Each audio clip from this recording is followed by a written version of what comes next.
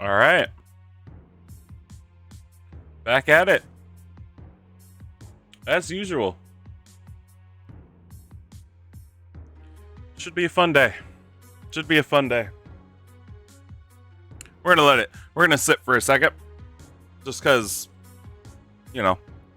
folks might be stopping by. I'd hate to get started without people. And ignore me, I'm still drinking my breakfast.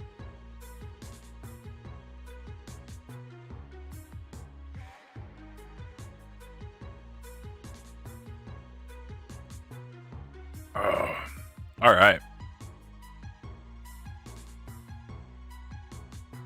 Good stuff. Good stuff. I am watching stats. Oh no, I guess that's all right. Show's red, but we're good. All right. So, Angry Butt Touch. Hey, how's it going? How you doing today? We are, oh, I sigh. I sigh because, we're playing, I'm playing D&D today. My gain is really high. Oh, here, let me turn it down a little bit.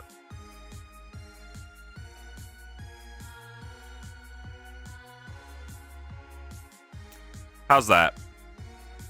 Concerned Whale, not a problem. You lurk away. Yeah. Today is the first day that me and my group will be playing in like month and a half, 2 months. So, gosh, I've got the nerves. I've got butterflies because I'm always worried. I am the DM. Yeah, I DM for my close friends and our wives. So we got a nice little group. Lots of consistency, luckily.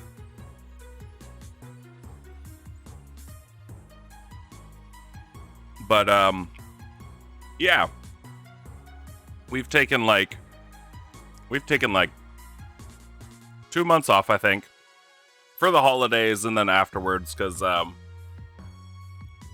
work was getting real stressful for me, and so I kind of opted to take all of January off, where we didn't play, so I could get a bit of a break. But now it's first Saturday of February, so we're going over to my friend's house. We'll set up and play and hope it doesn't all go to shit. Your last group split up because your DM made it like work and you weren't having any of it. Oh, lame. Yeah, that's lame. There's a certain, I'm assuming it was like, he really made it a slog to play the game. Which always sucks. Always sucks. I've tried not to do that. I'm definitely like, I want my players to be taking notes. I want them to do active problem solving and all of this stuff. But I also don't want it to be one of those things where it's just like, why does every single part of this suck? So far, I think I've found a pretty good balance. I think the hardest part for me is trying to string them along and drop little hints and clues to various things that are happening within the world. But a lot of the time it feels like my players aren't making any progress. And Angry Butt Touch, thanks for the follow. And for some reason my stupid, I saw it. Hold on. Oh yeah, see, all my settings are right. I didn't hear the notification, which is upsetting because I finally got it working, and then of course now it's not working. But thanks for the follow. But But yeah, trying to drop hints and stuff to my players, and trying to get them to figure out what's going on, not just in the world around them, but also with their own characters. I don't want to just put it out there and be completely blatant with it. I want them to feel like they're actually figuring stuff out. That's just trying to figure out how many clues I have to give them before they start to catch on to stuff. You've Concerned Whale, you've encouraged note-taking, but your players are super ADD. You know what? That's the shiz. Thanks for the subscription, man. You really don't have to do that. You really don't. I appreciate it hugely, but thanks, man. Thanks, man. It means a lot. Yeah, note-taking's big. My wife takes tons of notes. She's always been a note taker in school, and to her own detriment, her notes are a little too detailed. She's stuck in like writing in full sentence mode rather than quick notes, so she misses a lot of stuff. But she does that, and then my friend who plays our stupid barbarian, I say stupid because his intelligence is really low. He takes notes in character, which I absolutely love, but it does not help the group at all. And then the other two don't take a whole lot of notes. So I kind of have to adjust for that and make sure that I'm just always reminding them of stuff that their characters would know. Do I plan on streaming my gameplay? I've considered it, but that's something that I'd have to really talk to my players about. And a couple of my players, my wife specifically, as well as my other friend, or one of the other friend that's not married. They're real quiet. They're real quiet. And they don't say a whole lot at the table. I don't think it would make for very interesting gameplay.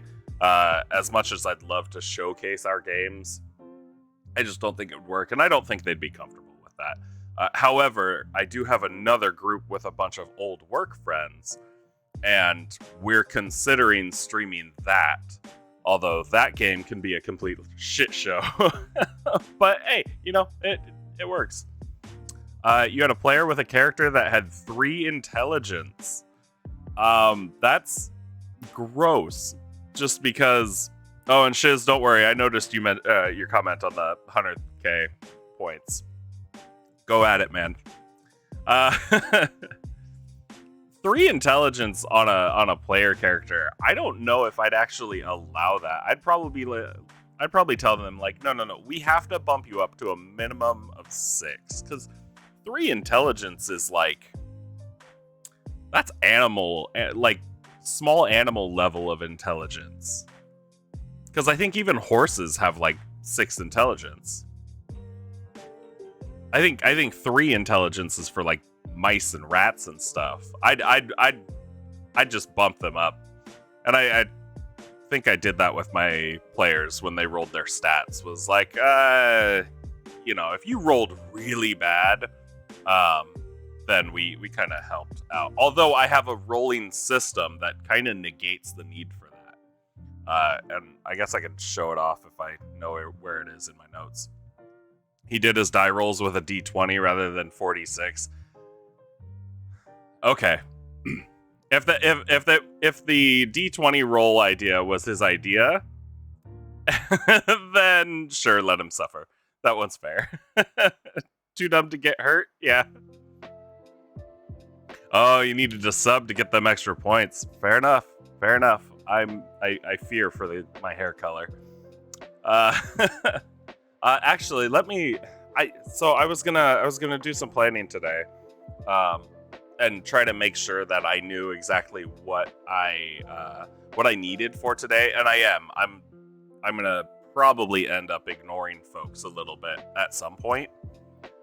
That way, I can get some of the stuff I actually need to get done taken care of.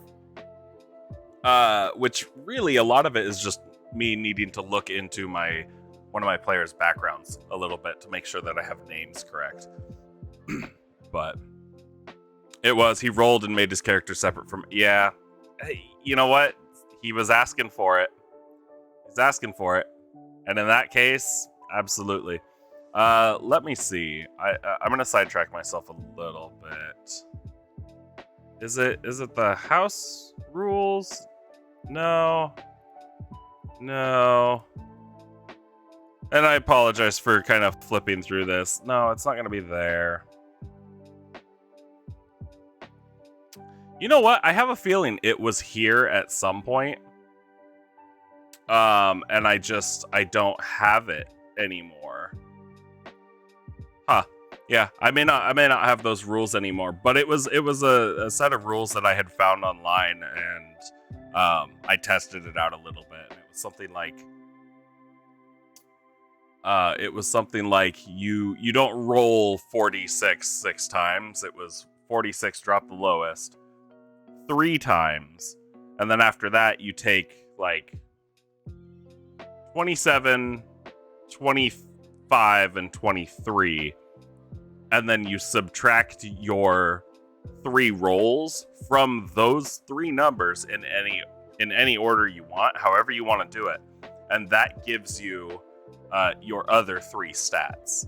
So it helps negate people that ended up rolling like 18s by giving them a couple negatives, but it also, if they rolled a 4 or a 3, they're able to get a whole ton done. And Hump and Dump, thanks for the lurk. Enjoy your mission from God, and keep your volume off because we're discussing today's session stuff. Simpler than how it sounds, but that sounds oddly complex. Yeah, it is. It's really, really simple, but it does sound complex, and I'm going on mute. Okay. Hump and Dump is one of my players. So hopefully she's really good and does keep me on mute and doesn't watch at all.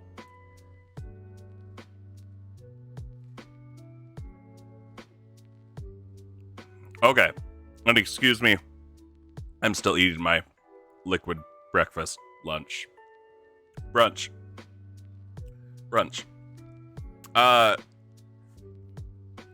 Fair enough.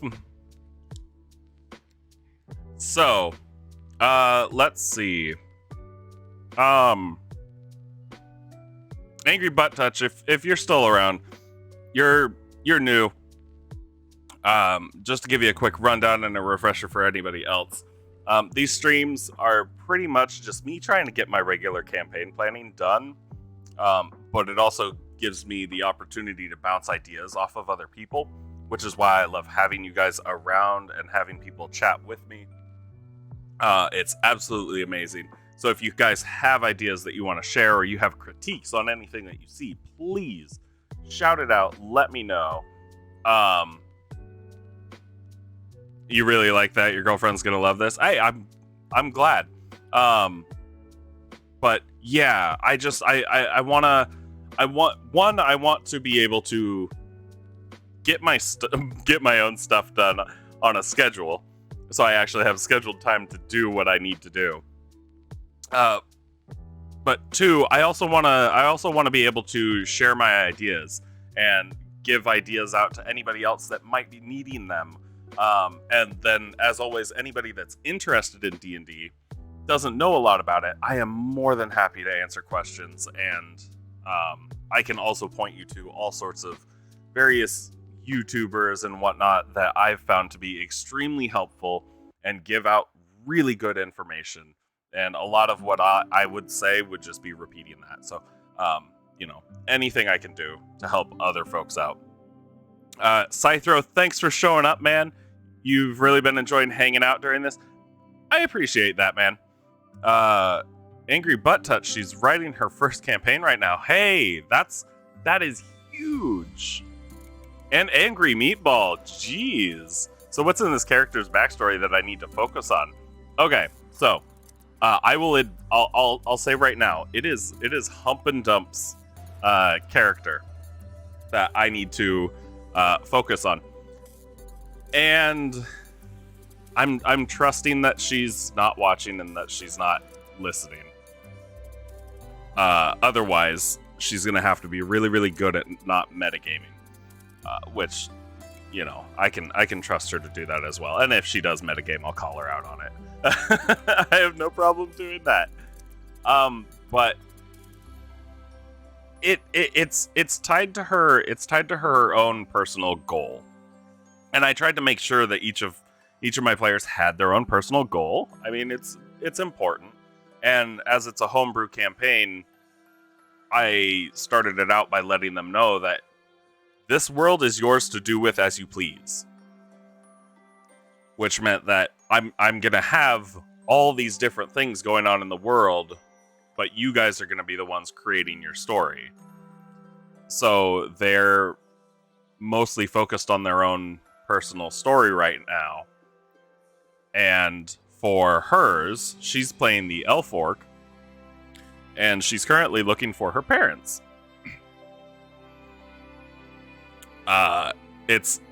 It's been a while since she's gotten any clues as to where her parents are. However, recently, the party reached this capital of Izun right here, which is the capital of the entire country that's on this side of these mountains. So this island is kind of divided by these wishbone mountains. One country on the left side, one country on the right, and then the space in between is kind of like unclaimed lands, or, you know, almost tribal lands, because you've got like elves that were here. Gardash is more like orc lands, and then Kosdal Rim in the at the fork of the mountains is lots of dwarves. But they just got to Izun. They've discovered some not so great stuff is going on. Mainly that the city is flooded. The city built on a lake is flooded. Mostly flooded. There's a disease ravaging a lot of the people in the area. And there is a army of undead up here near the town of Umbra, which is not an original name at all, and I will always admit that. But an army of undead basically pouring down out of these mountains, and can have kind of been blocked off right here. However, some undead have snuck by, and they discovered some undead in Izun over the last night that they stayed there. And they quickly killed them off. Some of my encounters I designed to be deadly. Some I designed to be, you know, just a waste of the party's resources. Other campaigns I designed to be extremely easy. They're not encounters that I expect to have any impact whatsoever on the players as far as resources or their HP or anything like that goes. It's mostly to give information. So that encounter was them killing these undead, and the one that didn't get vaporized by the cleric, they discovered a symbol carved into its chest. A symbol that the elf orc knows personally as having seen in her, like way back in her past as a child, a symbol that she had seen on her father's like journal or notebook or something like that. So now she's got another hint there as to, you know, maybe where her father's going, or there's something, you know, she found something that now her parents are kind of involved in. But yeah, so I need to go back because she doesn't remember her father's name. I need to go back and look it up because I know I have the notes. I have her backstory in like my email or something. So I need to go dig for that in like a few minutes, and it'll be real fast. But I got to get that because the council member that they are currently tasked with just making a small delivery to, since they helped somebody else out, is going to have some knowledge of that symbol and who it belongs to, which would be her father. Then, that'll give her a little bit more push. Scythro, why is the city built on a lake? Some myth like Tenochtitlan. Okay, so, and this is great, and I think I answered, or I talked about this in my last stream doing this. It sounds like a terrible idea. It sounds like a terrible idea because, if you think about in The Hobbit, the city of Lake Town, not really great. It doesn't make a whole lot of sense when you initially think about it. Usually, it's just kind of like, oh, it's kind of cool to have a bunch of boat houses that just got tied together, and then they built docks between everything and all of that. I tried to reason it a bit more. So obviously, a large city near water makes sense.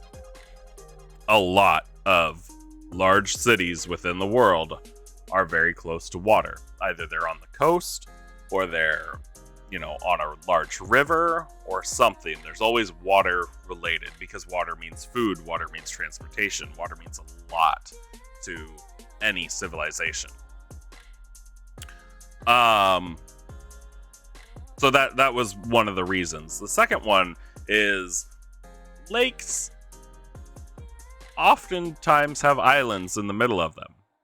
So I threw in some islands in the middle of this lake. And then I thought about it, and I was like, you know what? I was going to have this city lakeside, but then decided, why don't I put it in the center of the lake, or on those islands, as central on the lake as possible, as a added defense? Because building a city there, although probably a little more difficult, especially with transporting materials to build the city, you're literally building it in an area where it has its own natural moat, and a moat that's going to be far larger than anything that somebody's going to want to dig and create for a castle or fortress or anything like that. So the city began as fortified buildings on the islands, but as people moved in, the city had to expand. So the parts of the city that are actually on land are more stone, brick, mortar. But as you go out, and the city had to expand, people started adding in boat houses and docks, and then you end up with a kind of lake town situation to fill in all the gaps where it's just water. And then there's, a couple large bridges that span the lake to reach the city, but that was kind of my reasoning. Is city on a lake is fairly well defended. Transportation is really easy because it's on a lake, which leads to rivers, and gives an active way of reaching the coast, which you can see on the map. I zoom, the river runs down, and at the mouth of the river you have Port Talon. But then also food will not be a problem because it's a lake. There's rivers nearby. That means there's wildlife nearby. It kind of had everything that it would have everything that a civilization would need to really expand. So no, not myth related. No eagle eating a snake or anything like that. Just I tried to logic it as best as I could. And Plague Boy, not a problem, man. Everybody has their own lives. You do what you gotta do. I got no problem with that. I just appreciate when you're able to come by. And I'm doing good. How's it going with you, man? Very in-depth, thank you. Not a problem. I can ramble. I know I can. I can talk a lot. So I apologize if that was kind of long-winded, but I do. I try to justify everything that I do in my game, whether it's with something that I'm creating or it's me trying to figure out how my players' actions are going to affect the world around them and themselves. That has been the hardest thing ever. DM skills, chatterboxes, very true. You love to try to stop by. You're gonna be leaving somewhere in 2 days for about a week. Hey man, I hope you enjoy your trip. I hope it is a trip. I guess. Hopefully it's pleasure and not work related. And I'm doing good. I'm doing really good. I actually I love playing D&D so much. And many a strange voice. That's another thing. I need to practice a voice today. So I might do that on stream. Even if they all blend into the same voice eventually. Yeah. But Plague Boy, I'm doing good. I got to play some D&D last night, which was great with a group of old coworkers that we took the holidays off because a lot of them are still working in retail. So, holidays are rough for them. But yeah, I got to play D&D yesterday. Loved that. Loved seeing, those friends that I haven't gotten to see in a few months. And yeah, it was funny. I walked in because we did it at the local public library, but they have a room you can rent for super cheap. So our DM rents the room for us. That way we're separated from everybody else. And with the pandemic going on and all that, safety precautions. I walked in with my mask on, knowing that I've gotten all my shots. They've all gotten their shots. I walked in, I just had my mask on. I hadn't taken it off yet. And my DM, he's like, "Hey, do you want me to put my mask on or something?" I'm like, No.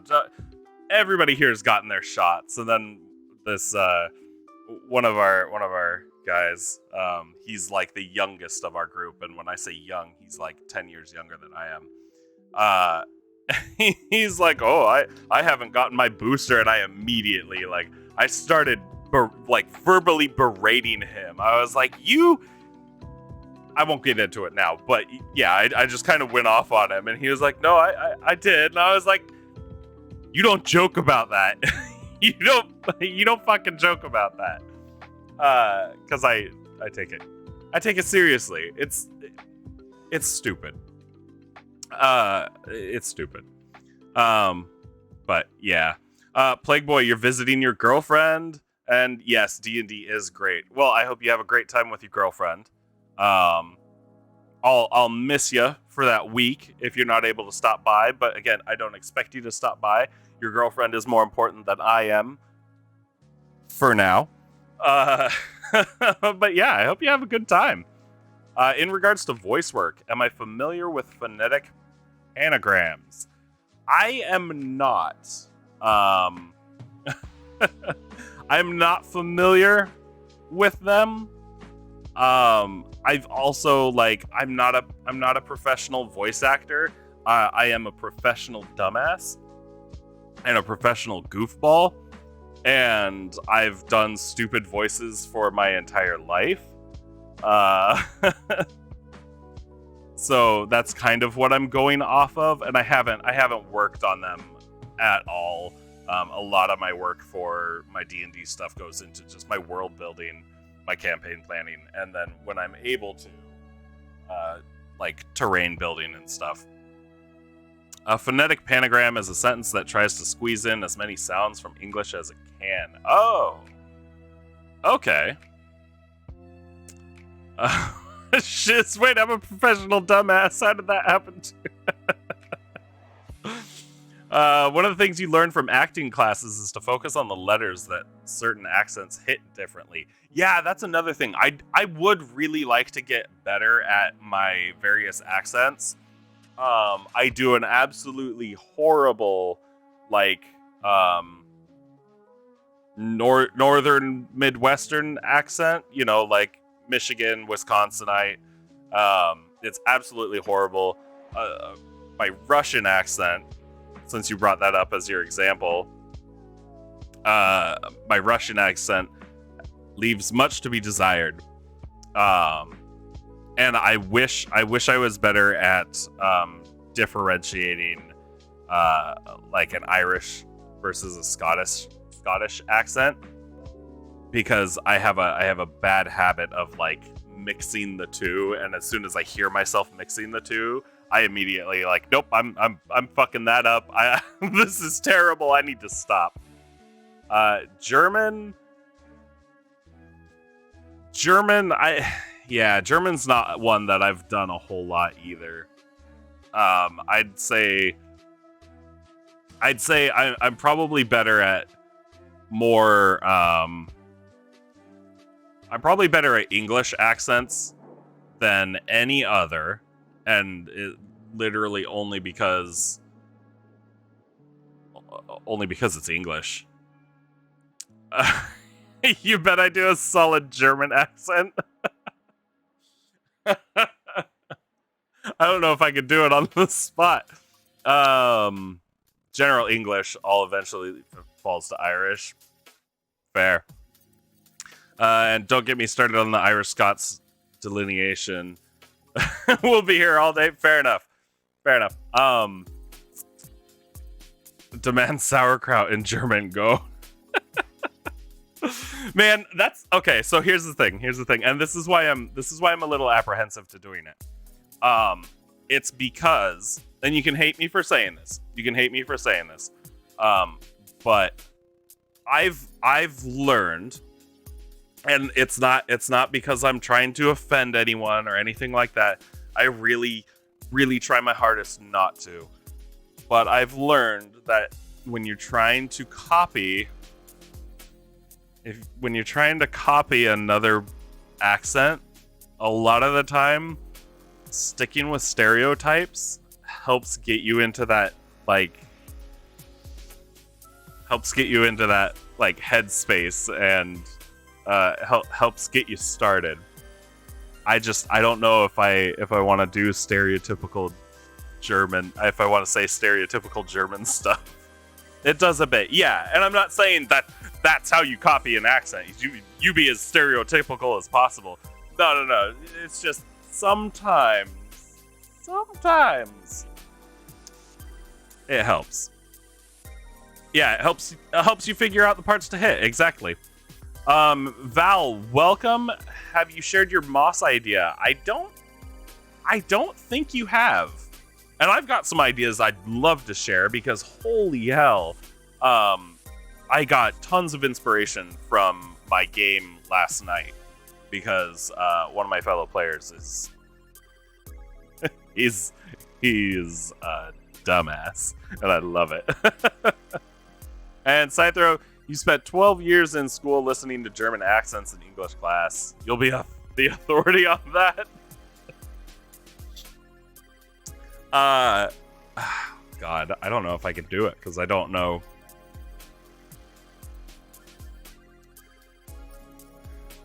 I don't know if I can. I might have to work up to it. Because obviously I can do voices, and American accent. I've learned to kind of tweak my voice a bit here and there. Currently, for the character that I'm playing in my other game that I played last night, I'm actually playing a changeling. Which is gonna be a lot of fun once I start changing my face and the other players don't realize what the hell's going on. Because I've just told them that I look fairly nondescript, kind of tomboyish. It's hard to tell if I'm a boy or a girl, because I was like, you know what? It doesn't matter. But because of that, can you do Canadian for me? I'd love to know what we sound like. All right, Canadian I'll do. But for that character, because I'm trying to blend the lines and blur the lines between male and female, all of that, I went a little higher and a little softer to make it just a little bit more effeminate, but not so much that you're like, oh, that's obviously a girl. But I've also played a half-orc fighter. I love fighters. You guys can bash on me all you want. I love fighters. So I've played a lot of fighters. I've done I played a half-orc fighter, just the grumpiest motherfucker you've ever met. Dumb as bricks too. But didn't play him dumb, because you have a low intelligence doesn't mean you don't know how to talk. But him, Garrick, and I have to clear my voice to be able to do it. His voice was much lower, and I tried to make it as gravelly as possible. Didn't always work that well, but it was pretty much like this the entire time. Which was great, because at the same time I had taken over a DM NPC from my DM. He was like, hey, can you play this for me? And I was like, yeah, sure. So I'm playing my super deep-voiced half-orc fighter, and at the same time I'm playing this child that the DM handed off to me. And I switched between the two, and I played it as best as I could, and it really freaked out a couple of the players, because they were just like, this isn't right, you're going, like, they had heard me go deep voice before at work, but then to go super, super high, and I think I went higher than that, but to go super, super high after being super deep, it confused the hell out of them. Okay, so, let's see. Americans are terrible at hearing accents. True. That's a lot of that's related to because we have a lot of accents just across our country. Like, I know that Pacific Northwest accents are different from Northeast accents versus Southeast accents versus Southwest accents, and then you have the Midwest accents. And, if you were to divide the country up just based on accents, the U.S. would get broken up into, 8 separate countries. But we're terrible at hearing accents. They only know stereotypes, and if you don't sound like what they think, they can't tell the difference. Yeah, exactly. Yeah, that's true. We do kind of know the stereotypes, and only that. Although we have to blame media in Hollywood for that one. Val, your moss idea: blood draining moss drains 1 max HP a day. Forceful removal tears flesh with it. A gentle shower, however, dissolves and removes the moss. Removal restores max HP. Ooh. Hold up. Sorry, it's note time. I'm putting that down. I'm gonna put that in the diseases section. I'm just gonna put that over here. Draining moss. Attached. Drains max HP 1 per day. Removed by gentle shower / rain? Maybe? Removal restores max HP after long rest. There. We're going to put that down. I like that idea though, Val. Great. Okay. My Canadian. My Canadian. I think I have to start by doing the sorry. I'm so sorry. I'm so sorry about hitting your car with my snowmobile. Gosh, if you need my my insurance information, I can provide that for you. Not a problem at all. And yeah, I guess it is pretty close to like the Wisconsinite or that northern Michigan. Those folks that they really like their cheese, don't they? And shit, I guess we put cheese on everything. Cheese and gravy, huh? How about that poutine? And I think that's about as far as I'm gonna go, because I know it's terrible, and now I'm thinking about it. You concerned, well, you can't do a woman's voice unless it's like Monty Python. Yeah, your go-to voice is DBZA Perfect Cell. That's not one that I haven't, or that's not one that I've heard, actually. Val, hello, fellow Canadians. I'd suck a maple tree for some maple syrup right now. Oh, hello, fellow Canadians. I'd suck a maple tree for some maple syrup right now. Anybody got a gallon? I mean, a liter. Yeah. Yeah. That's about right. Yeah. Again, Canadian folks are absolutely wonderful. I've been to Canada. Loved it. Forgot to throw in an A or two. A, yeah. I always forget the A, eh? You say that you've got a lot of accents, but based on space, you don't have too many accents. There are 8 accents across England. Yeah, okay. And I don't want to talk about England's accents. I don't want to talk about England's accents because that's... No. Let's talk about England's accents. Call lunch supper. Okay. So let's talk about England's accents. England's accents are kind of like New York's accents. Because I generalized. Kickstand, enjoy your trip to Mars. And I apologize for not answering your question. Thanks for showing up, first time viewer. I'll get to your question in just a second. England's accents are like New York's accents. Literally every single neighborhood has its own accent. It varies just that little bit. Just that little bit to where you know if you're from there, you can tell what borough somebody's from or where they live based on how they talk and what slang they use. And slang is absolutely part of your accent. We can argue that or not, but it's just one of those things. To an outsider, were I to go to New York, were I to go to England, I absolutely am not going to be able to tell the difference between the various accents unless I come across somebody in like England who's got a more Cockney accent versus whatever you call the more like the proper sounding one. That obviously that one's going to be obvious, but generally, yeah, it's completely out there. Plague Boy, in your last game, you were doing a session 0. You were on a cruise ship. On our way where we need to go, you were sneaking around and heard the captain say something. Turns out half of a night walker showed up on the bottom floor? Oh, God. 1, how does half a night walker show up on the bottom floor of a cruise ship? Half a night walker. 2, how did a night walker... Who opened the door to the Shadowfell? Would be my next question.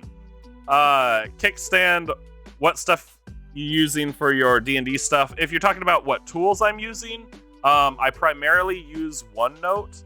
However, I've also got like almost all the books that I use for references. I've got a website with all the information from all the books and so on and so forth. But if you're asking about like the system, this campaign is 5e. Eventually, we'll probably, once we finish this one and I look into other systems, I'll probably have my next campaign be a different system, just to test stuff out, or maybe I'll run one-shots with a different system. I'm not sure. Yes, with hint of Aboriginal. There are 8 groups of accents in America, all that have a breakdown of their own. What's the booties in Germany? Val, hear you out. The local food pantry has a mimic problem. The day after the party deals with it, the food pantry has a mysterious pile of sticky buns, and they're warm. Gross. It's like classifying animals. There's overlap, but minor major differences. Yeah. It's accents are all over the place. And ye old shopkeep, Arlen. Ye old shopkeep, Arlen. Thanks for the subscription, man. I appreciate it. You didn't have to do that. But thank you. Jesus. You know what? I don't feel bad about that. That man makes a lot of money. I know he does. Uh, uh, so, concerned whale, you'll teach different systems. Come to the dark side, joke Paizo. Yeah, actually, we'll have to talk. I know our Discord has voice channels. I need to spend more time in those, and yeah, we need to start having like discussions and shit in there, because yeah, I'd like to be able to share more ideas and all of that, and I haven't actually looked at those. I don't know if those voice channels get used all that often, at least not by me. When people do German accents, they usually default to a mix of wartime radio broadcasts and Rammstein. True. That's very true, Scythro, and that's probably close to what my German accent would be. They're not super active. Plus, you've got subs to both of Paizo's main systems. Oh, interesting. Cool. Yeah, we should do that. You need to join the Discord. Idea: the anti-mage. Their abilities consist of silence, subtle casting, meta magic, and counterspell. Yeah. So you want to make a blue deck character. That will piss off everybody, but I'm not saying it's a bad idea. just tell me how that anti-mage would deal with an axe-wielding barbarian, or a fighter or a ranger with a bow. Specializing is good for character backstory and all of that, and development. I'll say it's good for development, because ideally they learn what their weaknesses are and they end up adapting to try to counter those weaknesses, but hopefully while keeping themselves true to the original idea that created them. But yeah, silence, subtle casting, meta magic, counterspell. If you do like yeah, a lot of those control spells would take up a lot of space in your well, I guess that would be a sorcerer, so it wouldn't be a spell book. It would just be in your head, but it would take up a lot of your spell space. And yes, your trusty elven rope. Actually, since you brought that up, I want to talk about our good friend Arlen and his shop that he created, full of crap. Where did I put my stuff?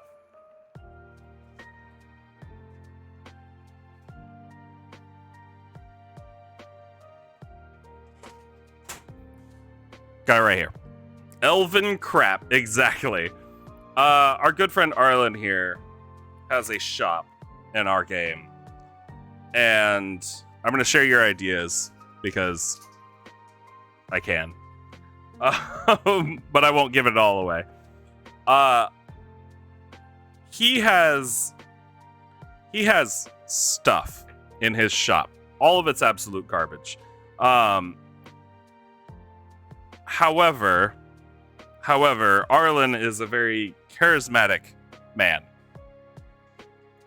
which means he should, in theory, make for a good shopkeep. However, his intelligence is rather low, so maybe he doesn't know how to value his stuff properly. Maybe. He's a what, like 8 intelligence score? So, he's not horribly, like, imbecilic. He's just slightly below average intelligence. So it's not like he's going to be selling a mithril chain shirt for 2 silver. It might be slightly undervalued or overvalued, but he's too stubborn to drop the price when somebody that's honest and actually interested comes to buy it. However, our friend Arlen has a habit of labeling everything as elven.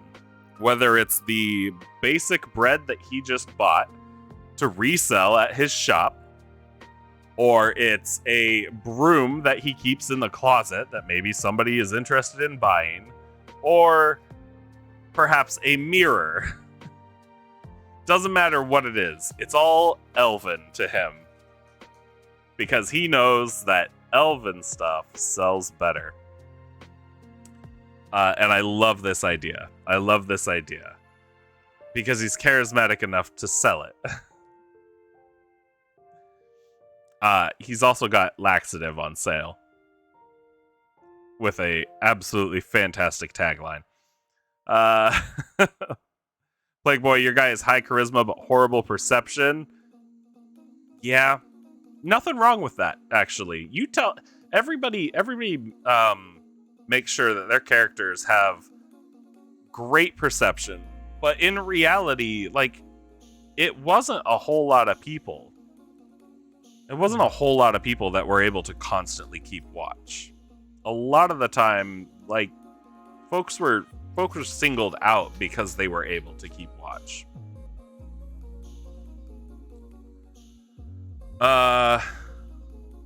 Add Fated Duel. It's a 9th level Pathfinder spell, and it's glorious.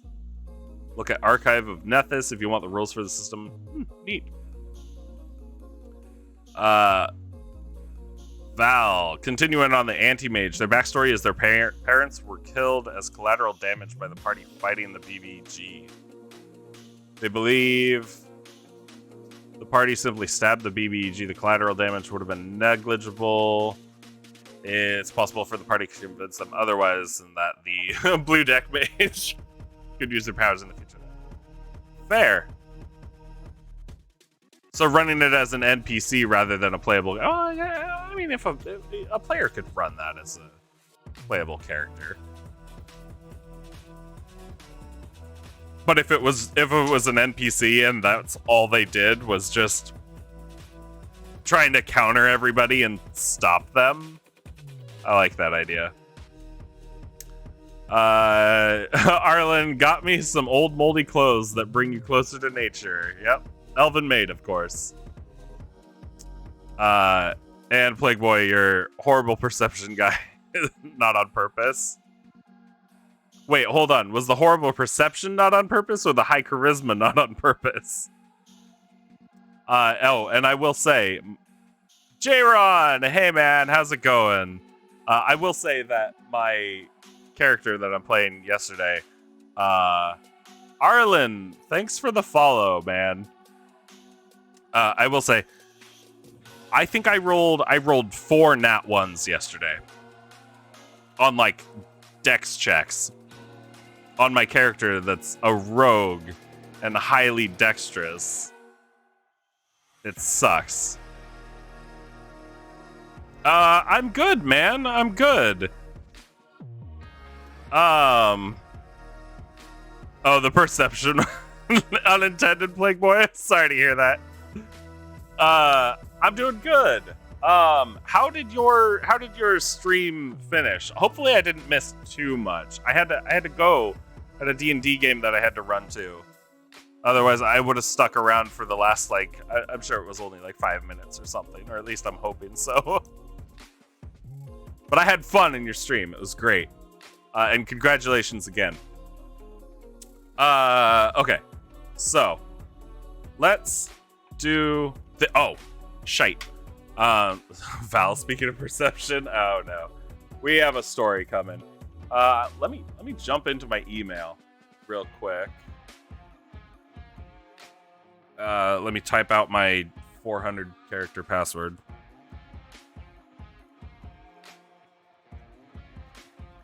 I think that's it. Yeah, okay, that's it.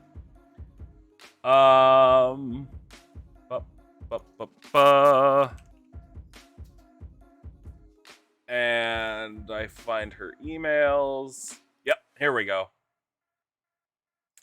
Here we go. Let's download that.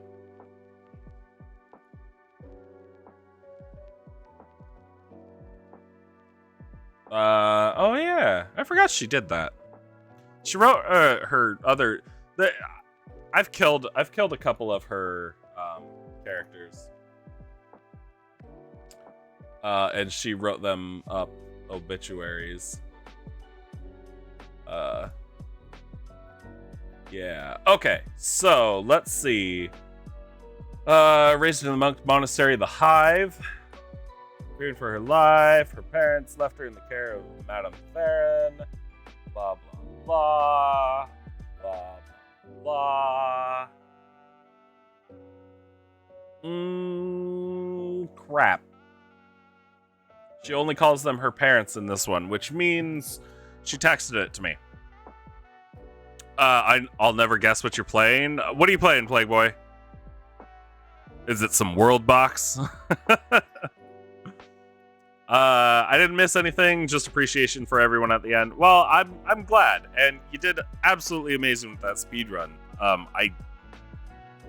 Speedrunners impress me a lot.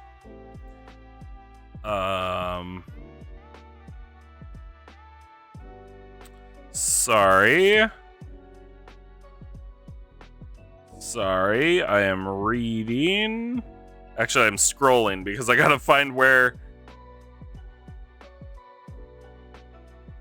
we talked about it. Oh, here we go. Okay, so we're getting closer.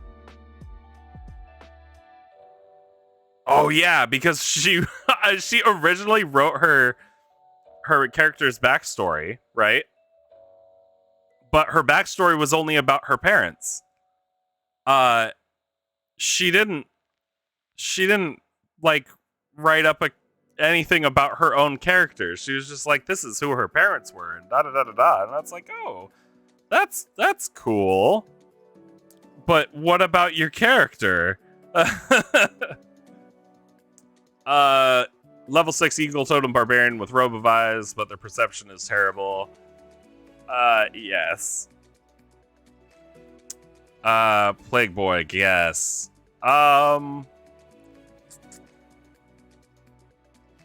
Plague Boy. Like, okay, Plague Boy. Are you wanting me to guess a game, or are you wanting me to guess a character? Where is it? Why? Oh, we're getting close. Oh, we're getting close. We're getting real close.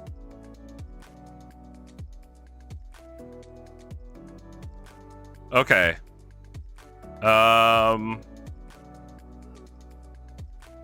This is why I need to take screenshots. Oh, maybe I did. Maybe I did take screenshots and I'm being stupid.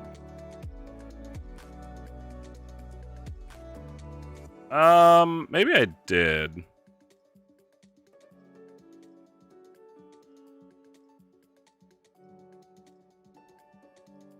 All right, that one's not gonna work. I went too far back. Crap. What is her name? Game. Plague Boy. God, are you playing World Box? And Val. Yeah, you know what? That super perception barbarian, that would be good if they needed glasses. Like they horribly needed glasses. Or the entire robe is glasses. Is that my final answer? No, man, I don't know what you're playing. Sure. World Box. I'm assuming you're practicing.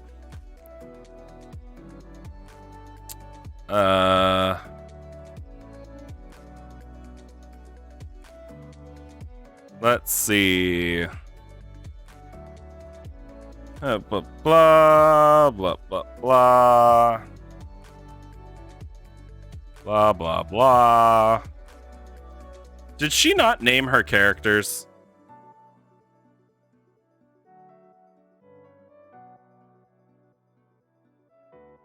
Like I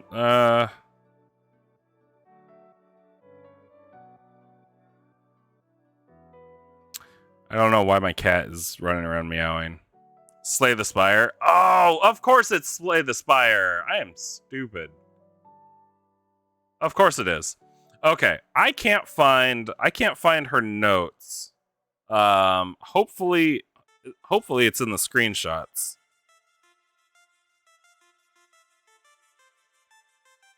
No.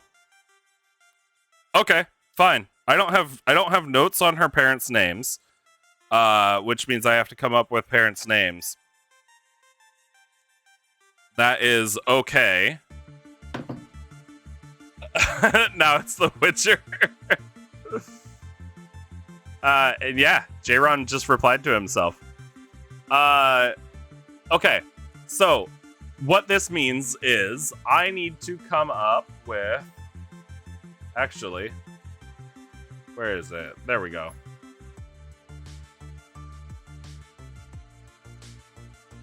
Hold on. Yeah, this is her backstory. That's not a lot, but yeah, she didn't include parent names. Damn. Okay. So, hold on. Let's do this. We need parent names. So father was a high elf, I think. Kunth sounds like a joke name. Oh, it definitely is a joke name. Yeah, Kunth. High elf. I know he's a high elf. Mother is a full-blood orc. I need a name for him. He is going to be Hey guys, don't pick on J-Ron for replying to himself. You know, sometimes you need a little more attention than what you're getting. If you can only get it from yourself, do what you gotta do. What the hell did you come back to? From McGruber? Probably, yeah. Probably. Because she is a McGruber fan. Yes, pick on J-Ron for not having Luna around. And Arlen is right. Nothing wrong with a little bit of self-loving. Okay, so I don't need... Fuck. Okay, I don't need that. I need a name for her father. What are we gonna call him? Let's...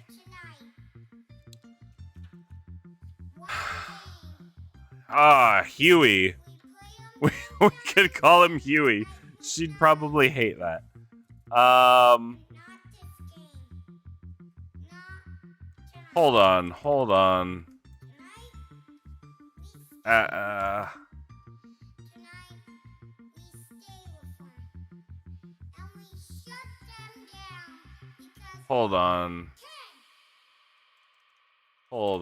I'm making this work.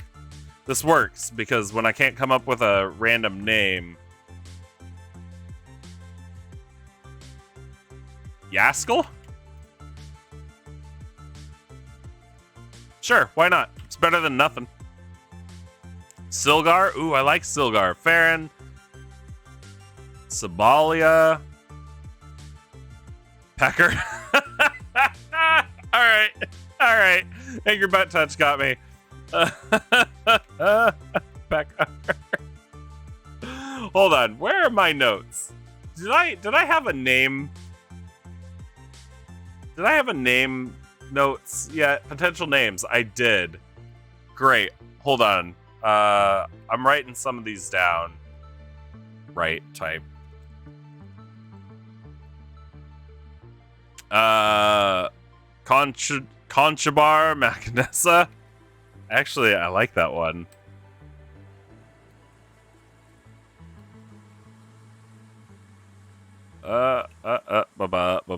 Silgar.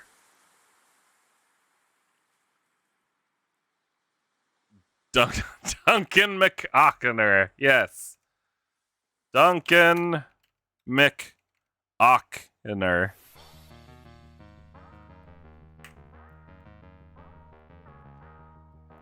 And don't think I didn't catch that.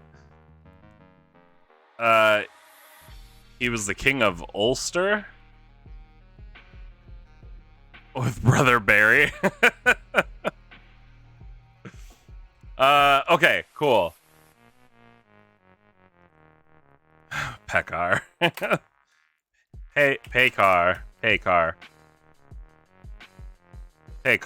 Yeah, Pekar. Pekar and Kunth. Do we give him a last name? Kunth didn't give herself a name.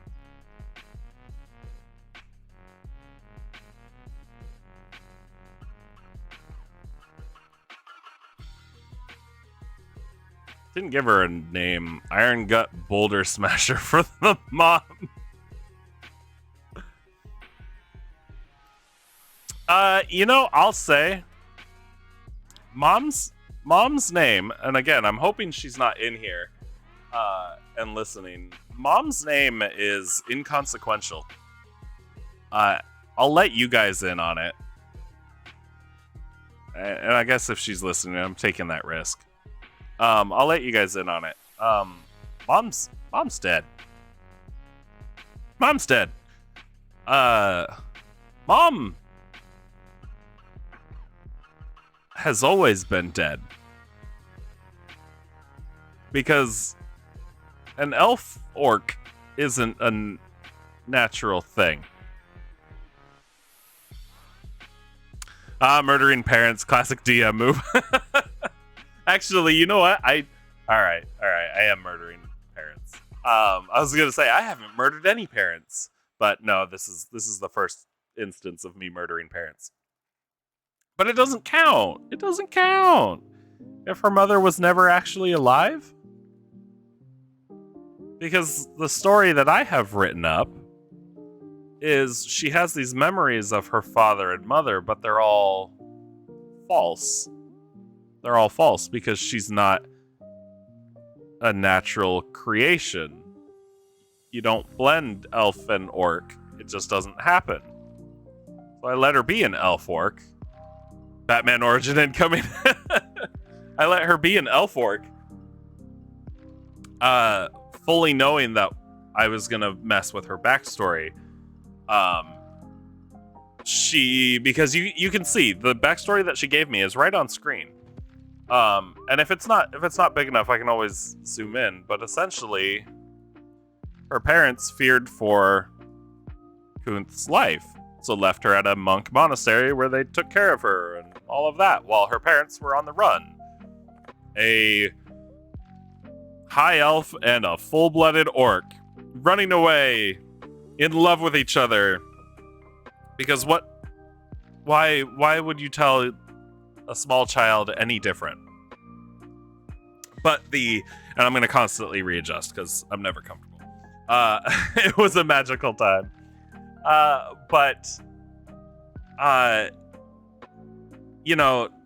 Real life is never fairy tales. Stuff never works out like that in real life. So here we have an opportunity for me to fuck with things and create conflict. And the conflict I decided on for her was that her parents they're half her parents. The elf half is her parents. The orc, however, the orc that she believes is her mother, not actually her mother, instead is a experimental sacrifice. As what Kunth's father was doing was essentially trying to reproduce a mix of resurrection and reincarnation, but wanting to bring back a beloved family member of his into a stronger body. And knowing how strong and hardy orcs are, decided to use an orc. And the successful conclusion to that experimentation was the creation of Kunth. The memories of her parents being kind of artificially placed there, but it's going to be a weird mix of memories from the orc that she was kind of born from and memories of the person that was being reincarnated or resurrected using that body. Yeah, that's kind of where I'm going with that. So again, Mother's name is inconsequential. Have a good stream. Hey man, enjoy your movie. Thanks for stopping by. Thank you for the subscribe. I greatly appreciate it. I really do. Yeah, have a good time. So yeah, Mother's name kind of inconsequential. Father though is definitely going to be our leading man in her story. Not a great person though, because I didn't want him to be a good person. Because the type of person that actually runs these kinds of experiments where you're sacrificing others' lives, it's the lines are blurry. Nothing's ever black and white, but they're definitely leaning more black than white in that field of gray. So that's what I'd like to do. And it creates conflict for her. Obviously, because she was a successful creation, her father isn't going to want to kill her or harm her. Plague Boy, take your time, man. Do what you gotta do. Her father's not going to want to harm her when she eventually finds him. But she might. She might want to harm him as she learns more of the truth, which is going to be her entire backstory, is just learning the truth until she meets up with her father. Or meets up with her father while still learning the truth, and so on and so forth. Yeah. The big thing, and I've tried to make it a common theme across all of my players' stories, is in the end, at the end of each of their stories, I want to force them to make a decision. I'm literally going to put two paths in front of them and make them pick. And for hers, her path is going to be, is she going to side with her father and help him continue to do these, unethical things, continue these unethical experiments, or is she going to put a stop to it? As a good character, I would assume that she would put a stop to it. But we'll see. We'll see if she decides that having her father is going to be more important than, stopping him from sacrificing other people. Then sure, why not? She'll do that, and then she might be at odds with the rest of the party. And if that happens, then it makes for a better story. It makes for a better story. But yeah, that's kind of my plan with her. And like I said, main theme across all my players and all of their stories is I want to force them to make decisions. I want to force them into a this or that decision, and I absolutely will. I have their beginning is already taken care of. We've played through their beginning. I have the ending planned. I know exactly how each of their personal stories is going to end. It's just all that middle stuff and getting them there is going to be the hard part. But I mean, as long as you know where you're going, where you're starting and where you're ending, the middle should be fairly easy to figure out. So yeah, we're currently working on the middle part.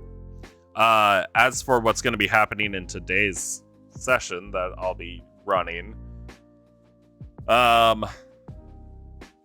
Kuth is going to be learning some stuff. Learning some not so great stuff about her father. Whether she chooses to believe it or not, we'll see. But also, they will be continuing on the path to continue the barbarian's personal story, which is currently he's barbarian. He wants glory. He wants to fight in the arena, and they do have a goal to reach the arena. However, he's also decided that he wants to go visit his brother at this monk temple to make sure that his brother's okay. We'll see, won't we? So last time we planned this out, I have the time figured out for as far as travel goes. I don't have the map for the temple decided on quite yet, but that's okay because they're not going to be at the temple, or we'll end with them reaching the temple if we get there. Ideally, today's going to be some roleplay, and then maybe a combat encounter or two. Last time we were working on what encounters they were going to come across as they traveled to the temple. I did settle on using these ice golems, which should be fun. We also talked about non-combat encounters for all of that. Various things alluding to other encounters, like this giant feather alluding to there being a rock. The introduction of the rock being mentioned as simply a rock. A large rock at the top of a cliff, right on the edge. As they'll be traveling through mountains, it'll sound like a rock. But we don't call large rocks, we call them boulders. And, other more accurate names. And ideally, just the deception through the use of our words should help make that a little more interesting. Yes, that is fun, and it's not a. It was an idea from last time, and I can't remember who shared it, so I'm not going to take full credit for that one. But yeah, we worked on the idea for where they would be fighting, which is just going to be, a fairly small path. And considering that a rock, if I pull up the entry in the books, I believe a rock is gargantuan. Yeah, it's gargantuan, so it's huge. It also moves at 120 feet per round when flying. This is not an encounter that I'm going to put on the table and actually have a battle mat and all of that out for, just because. I mean, I could. I don't have a rock mini. Actually, I don't have any mini that's gargantuan size. But it'll be theater of the mind for that encounter, for sure. And a lot of my encounters have been theater of the mind recently because I've fallen behind on my terrain creation. But I also want to force my players into being a little more creative with how they're going about combat and how they're going about these encounters. And I feel like taking the map away does that. Yes, rocks are gargantuan. Huge, giant birds. Scythro, you've had an orc quest giver need help with a big bird. They were speaking broken common, and it turns out in orc language, bird and dragon are the same word. Oh, I love that.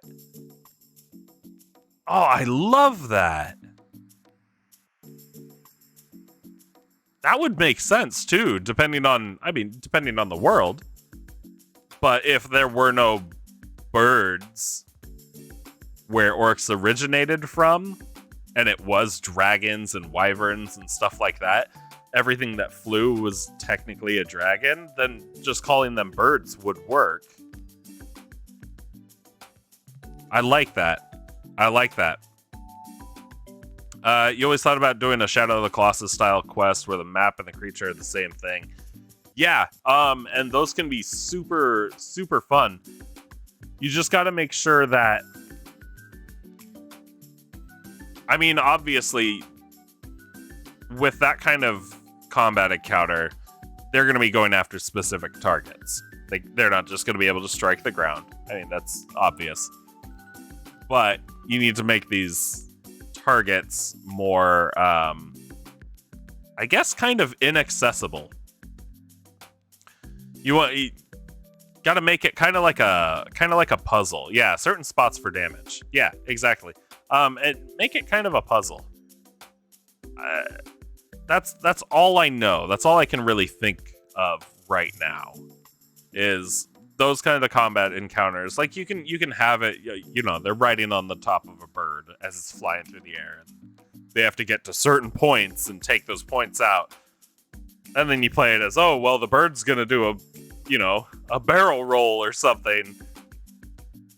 An actual barrel roll, not an aileron roll, but an actual barrel roll, and in that process is flinging all the players off. That puts you in a situation where it's a one roll or you're dead kind of thing, because if they're flying in the air, unless they have something to prevent them from falling to their death, they're gonna die. Make a dex save to see if you can cling on. Exactly. And that's, again, I'm not saying it's a bad idea, but that's definitely one roll in your dead territory, because what if they fail that dex save? I'm assuming they're falling off of the creature, and then they're falling a very, very long distance. The longer you cling on, the higher the DC. Yeah. It would make for a really, really fun one-shot. It's not something that I would throw into a regular campaign, just because it has such a high chance of mortality or fatality. Yeah. But for a one shot, definitely would be fun. Unless you have respawn mechanics, or you've decided on a respawn mechanic. Not unless you base a campaign around it. Yeah, that's true. It would have to be really, really well worked. Because I've talked about it before, and it's not my idea, but it's fair. It's a good point. You want to avoid one roll deaths, where somebody's life is completely dependent on one single roll, because people have bad luck. And again, it's not my idea, but usually if you want to avoid somebody dying just due to their luck, you want to try to have at least 3 rolls to see if they can prevent themselves from dying. Ooh, first time chat from Sid LeGoblin. Welcome. You can make it 3 saves. If you success, you can cling to something while falling. Yes, exactly. So that 3 rolls is really, really good, because again, you're talking about a D20. You have 20 faces on it. There's a 5% chance for every single face. If your DC to cling on is 20, and they've got a bonus of 5, we'll say their dex is maxed out. And they've got a really high, dex save bonus of, we'll just say 5. If they have a plus 10, they still have to roll a 10 or higher, which means they have a 45% chance of failure. Yeah, you would only fall a certain amount each round. Okay, so kind of like getting rolled backwards on the creature. that could work. As long as it's not a, oh, you failed your save, well, this thing threw you off and now you're falling 10,000 feet. Because that will, unless the character has something to help them fly, they're dead. And even if they do have something that helps them fly, are they able to fly fast enough to keep up with this thing? Are they able to fly fast enough to reach the ground so they don't fall and die? Yeah, you've got lots of questions about that. And I guess if you want to make failure a, highly probable option, that works. Just make sure that they're not going to die when they fail. Make failure a setback, not a game ender. I guess would be my suggestion. Unless, and then eventually throw in a huge creature that's extremely aggressive and focuses on trying to kill them. But again, Shadow of the Colossus kind of situation, usually stuff that's that big is gonna, one shot you, maybe two shot you. Yeah, it's all about balance, and balance is one of the hardest things to do. Climb on the back of the new Great Worms and fight them. Exactly. They have smaller dragons on their backs, and that's another thing too. Like, you can do huge colossi that the group's goal is to take down, but maybe this Colossus has absolutely no interest in what they're doing. Maybe they're so small that it doesn't even actually care. So Monster Hunter in RPG, yeah, absolutely. And you can run stuff, whether it's Monster Hunter or Shadow of the Colossus or whatever. You absolutely can do something like that. I would say, yes, even though I know there's a board game coming out. And the Goblin does have a campaign idea like that. Now you need cool players. Yeah, you absolutely can do something like that. If you do, though, the larger you make your creature, the less they're going to worry about the players themselves, which isn't necessarily a bad thing. It's kind of like ticks or fleas on an animal. They'll scratch here or there. Generally, the scratching isn't going to be hugely effective to get rid of the pest, to get rid of the parasite, but it can create complications for the party as they're trying to reach their goals. Yeah, or if you make the large creature small enough to where the party is a nuisance, then you want to make them small enough to where it is a little more Monster Hunter. It is a little more Monster Hunter, so they're dangerous, but it's definitely not going to be like like riding a huge rock through the air. That kind of situation would probably be more Shadow of the Colossus-y. But yeah, I don't know. My thoughts on that.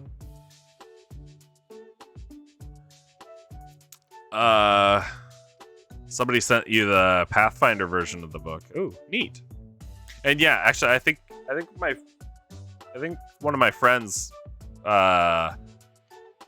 pre-ordered that Monster Hunter TTRPG or whatever it is, because I know, or board game, I can't remember exactly. I just know that he's getting huge minis coming in, which I will probably steal for D&D. Okay, here, let me pull up the rock again. I'm going to, if I can, there we go. I'm going to paste it right in here. I use OneNote for all of this stuff, mostly because I can take one of my kids' laptops to the games and use that, since OneNote is, it's all cloud-based, so it syncs across every device. I also have it on my phone. That way I can work on this stuff literally wherever I am. And yet I'm still behind. I misclicked. There we go. Yeah, that looks good. Yeah, we're gonna do that. We're gonna keep that. We're gonna get rid of this box here, because I don't need it. We're gonna get rid of this box. Yep, there we go. That gives me all those stats that I actually need. All of this looks good. Okay, I don't think I'm gonna edit the rock a whole lot. I might boost its health. You use Drive because OneNote has a lot of sync issues for me. I'm sorry to hear that, but you know what? Drive works as well. And whatever works is what you use. But yeah, I've had success with OneNote, luckily. I don't know if I want to increase HP. Actually, what I might do instead, and I've gotten into a habit of, rather than expecting my players to hit the actual HP limit on every single creature that I throw at them, I give them a little bit of leeway. So if they knock a creature within like 10 points of their health, that'll kill them or something like that. Because you would not believe how many enemies my players have fought and knocked them down to 1 HP. And it's like, well, that's a little stupid. So I'll give them kills if they reach a certain threshold rather than an exact HP amount. With this one, though, 248 health is not a lot for a rock. You do the same with the HP, yeah, and it makes sense. It really does, because the way HP is calculated, unless it's a boss, yeah, that's fair. But the way HP is calculated, like that 16d20 plus 80, technically is like what, 400 health if you were to max it out. So it's a range. It's for sure a range. It could be anywhere from 96 to almost 400, I think. So it's good to keep that stuff in mind. But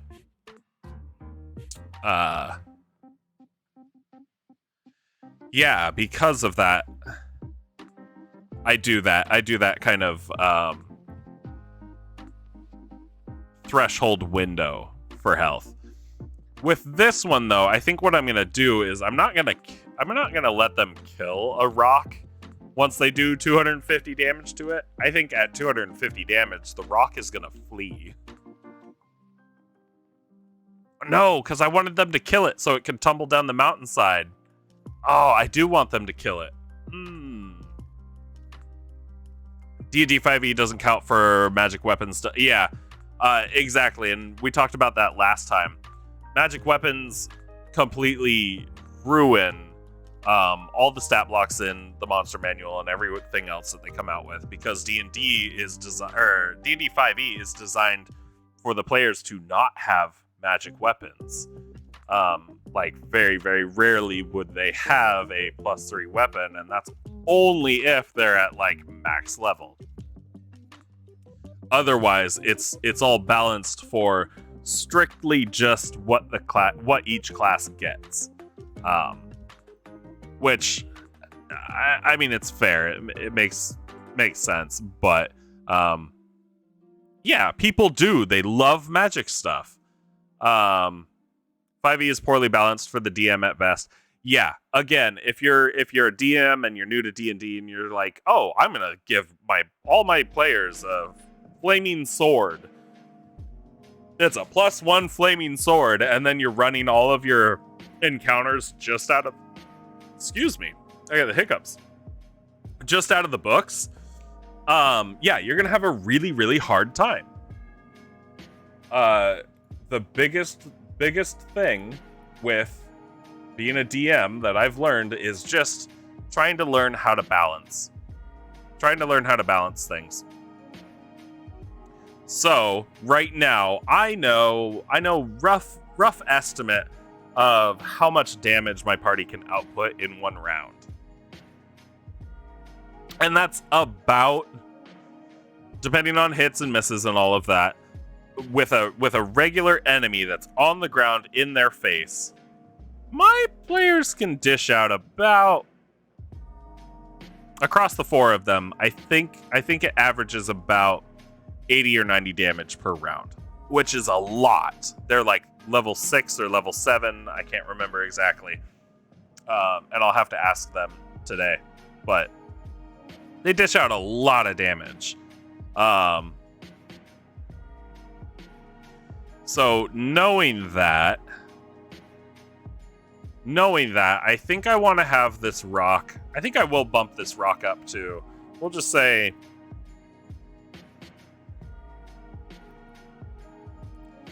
we'll say 300. We're going to say 300 health. And I might have it run if it gets low. I'm going to leave the AC at 15. Because what I want out of this encounter is I want it to be dangerous but doable. And with a 15 AC, my players are pretty much always going to hit it. I really, really hate that the ranger has a +10 to hit, and I haven't given her any magic weapons or anything. She's just, with her stats, which aren't even, like, super great, and with her being a ranger with the archery fighting style and all of this, yeah, she's got a +10 to hit on her own. I've determined that she's pretty much never going to get a plus anything weapon. Or at least a bow. No plus anything bows. Yeah. So 15 AC, that's pretty bad. But I'm going to leave it. You have a Staff of Power and Rod of the Pack Keeper, so now your Warlock has 8 5th level spell slots with DC of 20. Jesus Christ. Jesus Christ, that's a lot. Wait, what level's your Warlock? Hey, welcome back, Plague Boy. Yeah, Concerned Whale. What level is your Warlock? I mean, it's got to be at least 11. Oh, okay, Jesus Christ, that's a lot. Staff of Power. Rod of the... Jeez. That's impressive. Yeah. So, Rock is doing that much. We've got its saving throw skills. Senses. Keen Sight. Which is funny. It's funny that they give the Rock advantage on... Keen Sight. Keen Sight's just funny in general. Essentially, when you're giving somebody advantage on a roll, you're basically giving them another +5 on their rolls. Stats wise. Statistically, it equates to a +5. And disadvantage is the opposite. It's a -5. 8 lightning bolts. Yeah, please. Please no. But yeah, I guess with 5e, they did try to reduce how much math you were doing, so they just went with the advantage-disadvantage system. I know that. Let's see. The Rock makes 2 attacks, a beak and a talon. Those are both 13 to hit. They do 48 and 46. So averaging +9. So averaging 27, 23. The barbarian is a stupid bear totem barbarian for the first option, so he has all the resistances. But maybe the damage isn't what we need to keep in mind. I think what we need to keep in mind for this, actually, I think what we need to keep in mind for this encounter is the fact that the rock can grapple and restrain. And because it's so big, it can continue to move while grappling somebody. Which means that my goal isn't going to be to take the barbarian out with just raw damage through the rock's attacks. It's definitely going to be dropping him from high places once he attacks the rock while it's in the air. So maybe I'll leave that. Yeah, I'll leave that because that amount of damage is going to be pretty devastating to my players as well. So yeah, I don't think I'm gonna edit the rock at all, other than just marking that his hit points are going to be higher than normal. Low intelligence. Wow, I didn't realize rocks were dumb as bricks. Okay. That's good. So I'll have to play it kind of more animalistic, which this is, not bad. For animals, especially with like a rock, you're looking at a raptor, essentially. You're looking at a creature that's gonna do hit and run tactics. If you watch eagles and stuff like that, their tactics are they dive in, pin to grab, attack, and then fly off. So when that multi-attack says, it's an attack with its beak and its talons, really it's going to be more like it's going to attack with its talons, and then it's going to hit with the beak, and then it's going to fly off. They're not going to sit there and get attacked while they're on the ground. So self-preservation, but tactically not a whole lot of tactics. It's definitely going to be a hit and run kind of situation, and that's going to be the focus. If they feel like they're in danger, they'll run. But this is not a creature that's going to be rolling boulders down on other people or anything like that.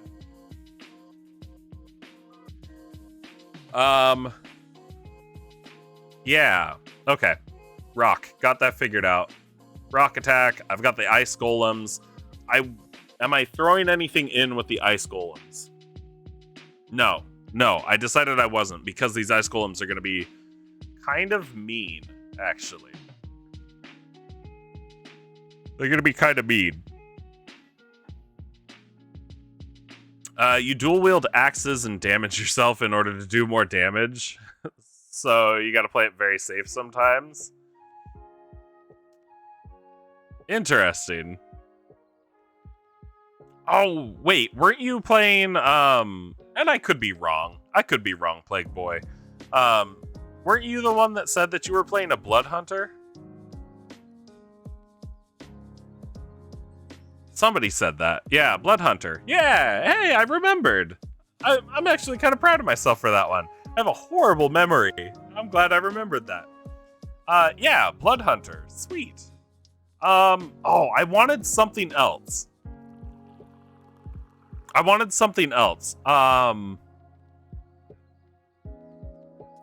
combat encounters. I put down harpies, but thanks. I put down harpies, but I don't know if I want harpies. Hold on. Let me look at my map. Have I put anything in the way? I haven't.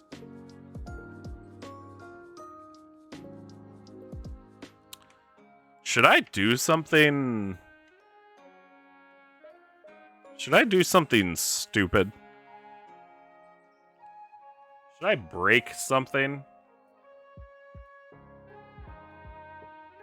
Maybe we break something. You're also a lycanthrope? Jesus. Maybe I...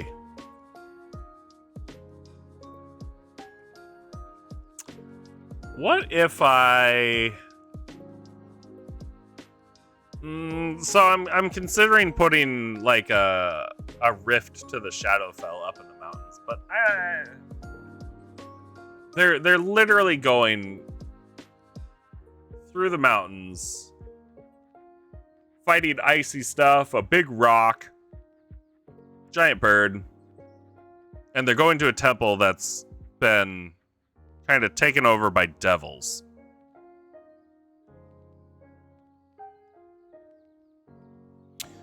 Devils.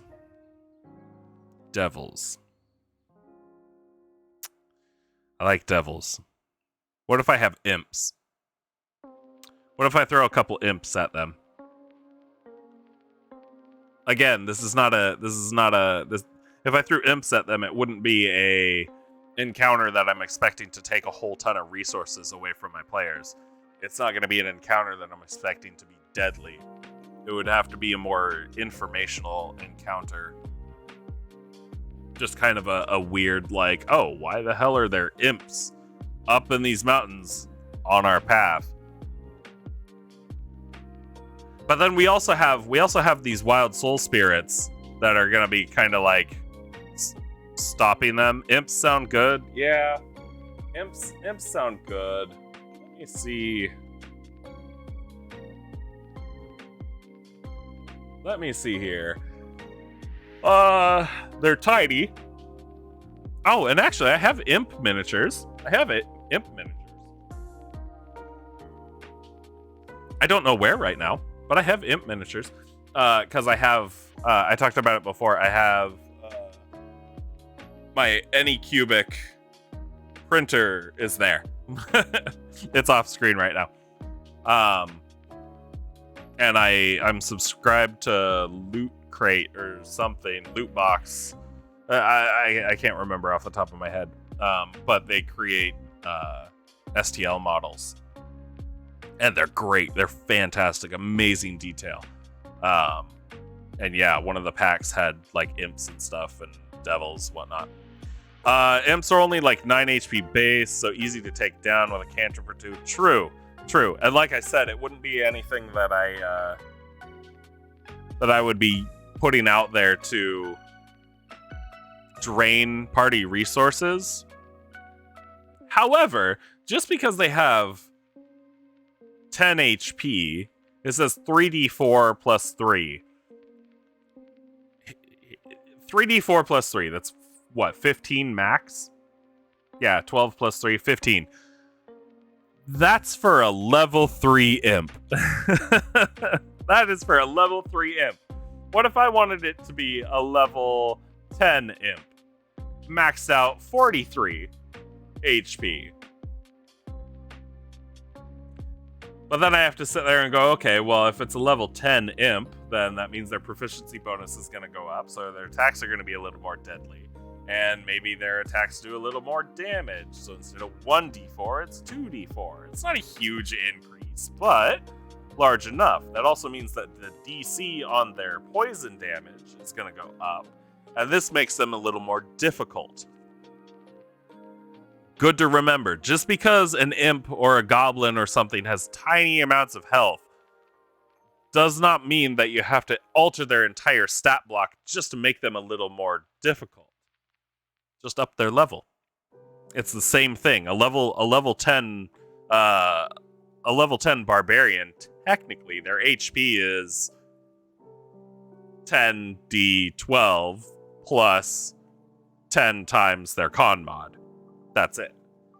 So that's where this health calculation comes into effect. A rock is technically level 16. These ice golems they're just a reflavored some other kind of golem from one of the books, is level 17. If you take an imp, and you know what, I'm gonna do this. If you take an imp, and what's all this? Oh, it's the familiar text. I don't need it. If we take the imp, We'll drop it in here.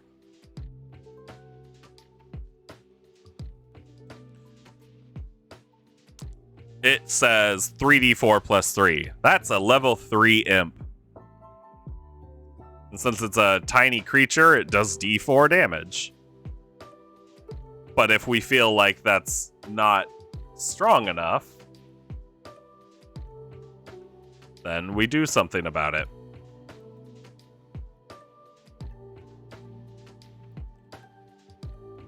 And we take that 3. Let's make it 8. Right? When does proficiency go up? It goes up at level 5 from 2 to 3. And then it goes up from 3 to 4 at level 10. Screw it. We'll make it 10. Oh, not 310. Although that would make for a really, really fun imp fight. 10d4 plus 3. And we'll just say HP threshold 35 to 43. So if they hit within that range, we can count it as dead or something. I'll just put 43. It's fine. That means that their proficiency bonus would have jumped up by 2. So their skills in this are now plus 6. Insight's gonna be plus 5. Bobacus, welcome. What it is, how it do. Oh, it is, but yeah, that's, you can treat every single, you can treat every single monster stat block just like a character sheet. As long as you recognize what parts are actually what. So if you've ever wondered what level a dragon is, look at its HP. If you've ever wondered, what somebody's proficiency bonus, or what a creature's proficiency bonus is, because they have them, you look at the best one is to look at their to hit bonus. So plus 5. You look at their dex, which is plus 3, the difference being 2. It's a level 3 imp. We know level 3 characters have a proficiency bonus of 2. Like, it's all connected. It's very, very simple. As soon as you recognize all of that stuff, it makes life way, way easier when you're editing things. So yeah, we'll do a couple imps. All of this stuff is going up by 2 because we upped its level. But that doesn't mean that how impish exactly.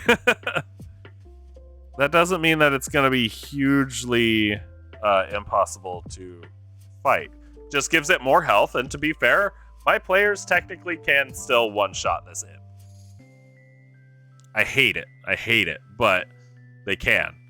But now this weak little imp, just because we boosted its health by bumping its level, boosted its skills, if they decide to make it an RP moment, and also boosts its, to hit bonus, which for the barbarian wielding a stupid shield, the man has an AC of 19. That still means to hit the barbarian, I have to roll a 12 or higher. Not great. But still makes them a little more dangerous. And that may actually be all that I need to do, especially because invisibility gives them that advantage on an attack.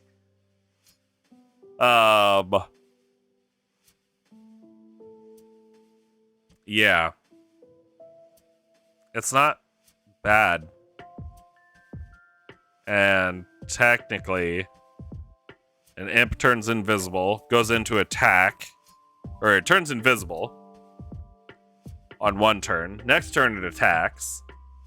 It's visible for a turn, turns invisible, and then if I have multiple imps, can make it a little more interesting. So I think that'll be a good, interesting imp encounter for a level 6, 7 party.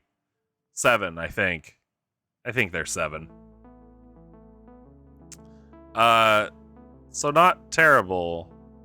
Oh, and wait, do they have proficiency in perception? No, they don't. So the passive perception does not go up. Scythro, welcome back. You had an idea for a fun magic item recently. Yeah, throw it at me, man. I'm always happy to hear your ideas. Anybody's ideas. Let's see. Armor class is 10 plus dex. We're not going to touch that. To make it a little more interesting, I am going to up the damage by 1 die. Oh, and I always edit these to just have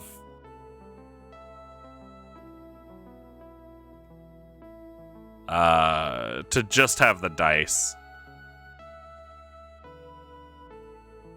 Invisibility, yep, that works.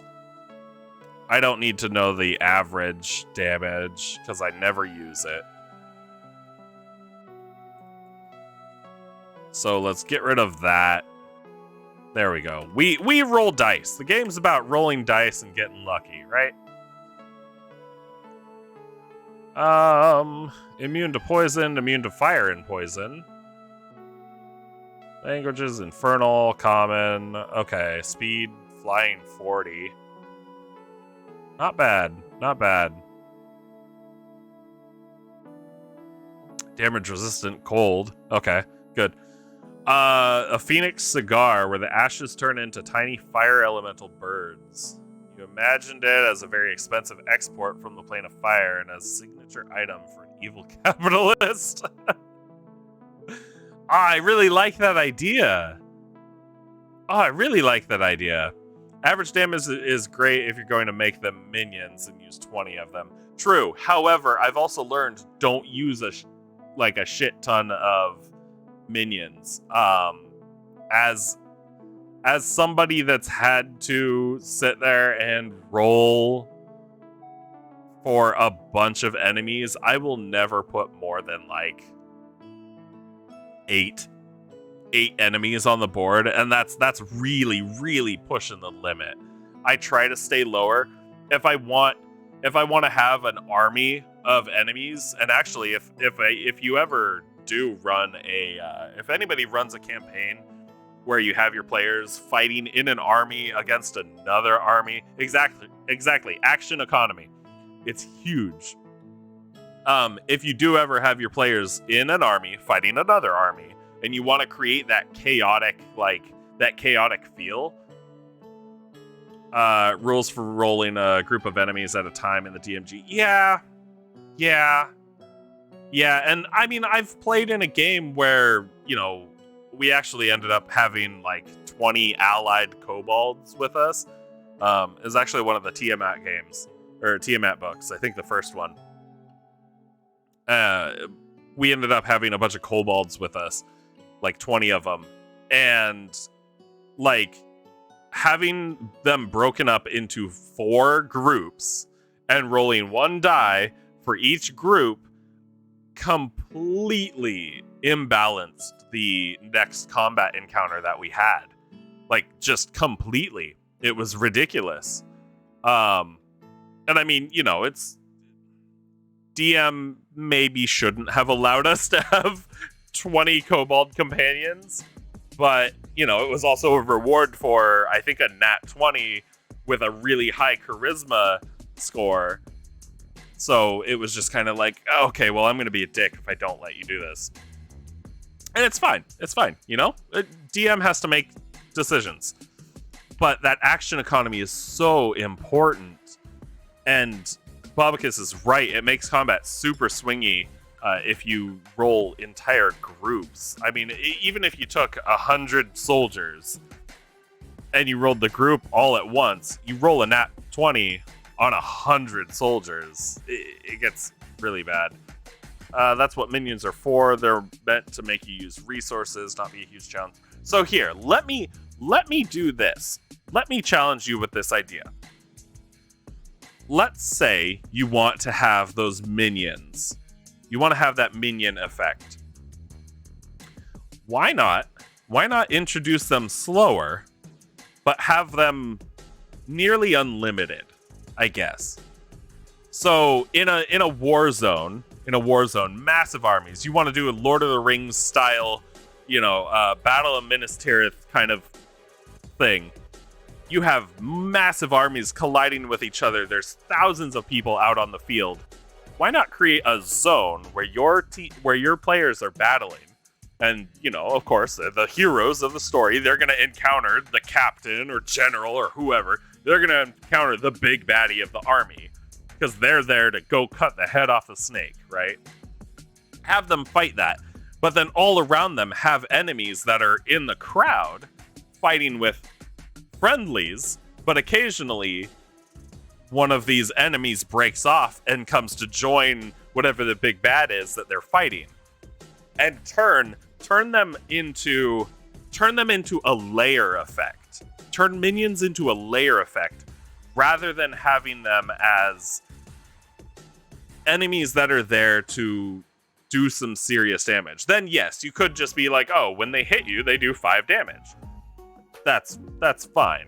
Or roll for it, doesn't matter. But then you have that effect of there being hundreds of people on this battlefield that are there, and if at any point they really wanted to, they could turn their backs on all the other enemies and swarm the players. But generally, it's going to be the ones that are closest that are going to turn their attention on the players and go attack them. Then, to make it easier, give them 1 HP. So it doesn't take away from the big bad. The big bad is still there to be the most threatening motherfucker on the field. But to have these minions who are so easily disposable, so easy to kill, but they're still tinking at you with just that little bit extra damage, and they're there to threaten the cleric. They're there to threaten the ranger. They're there to threaten the warlock and the wizard that are hanging out in the back, trying to stay away from the big baddie. Well, now it's impossible to stay away from damage. And now the party not only has to fight the big baddie, but also the crowd without fighting an entire crowd. Minions should be used all the time.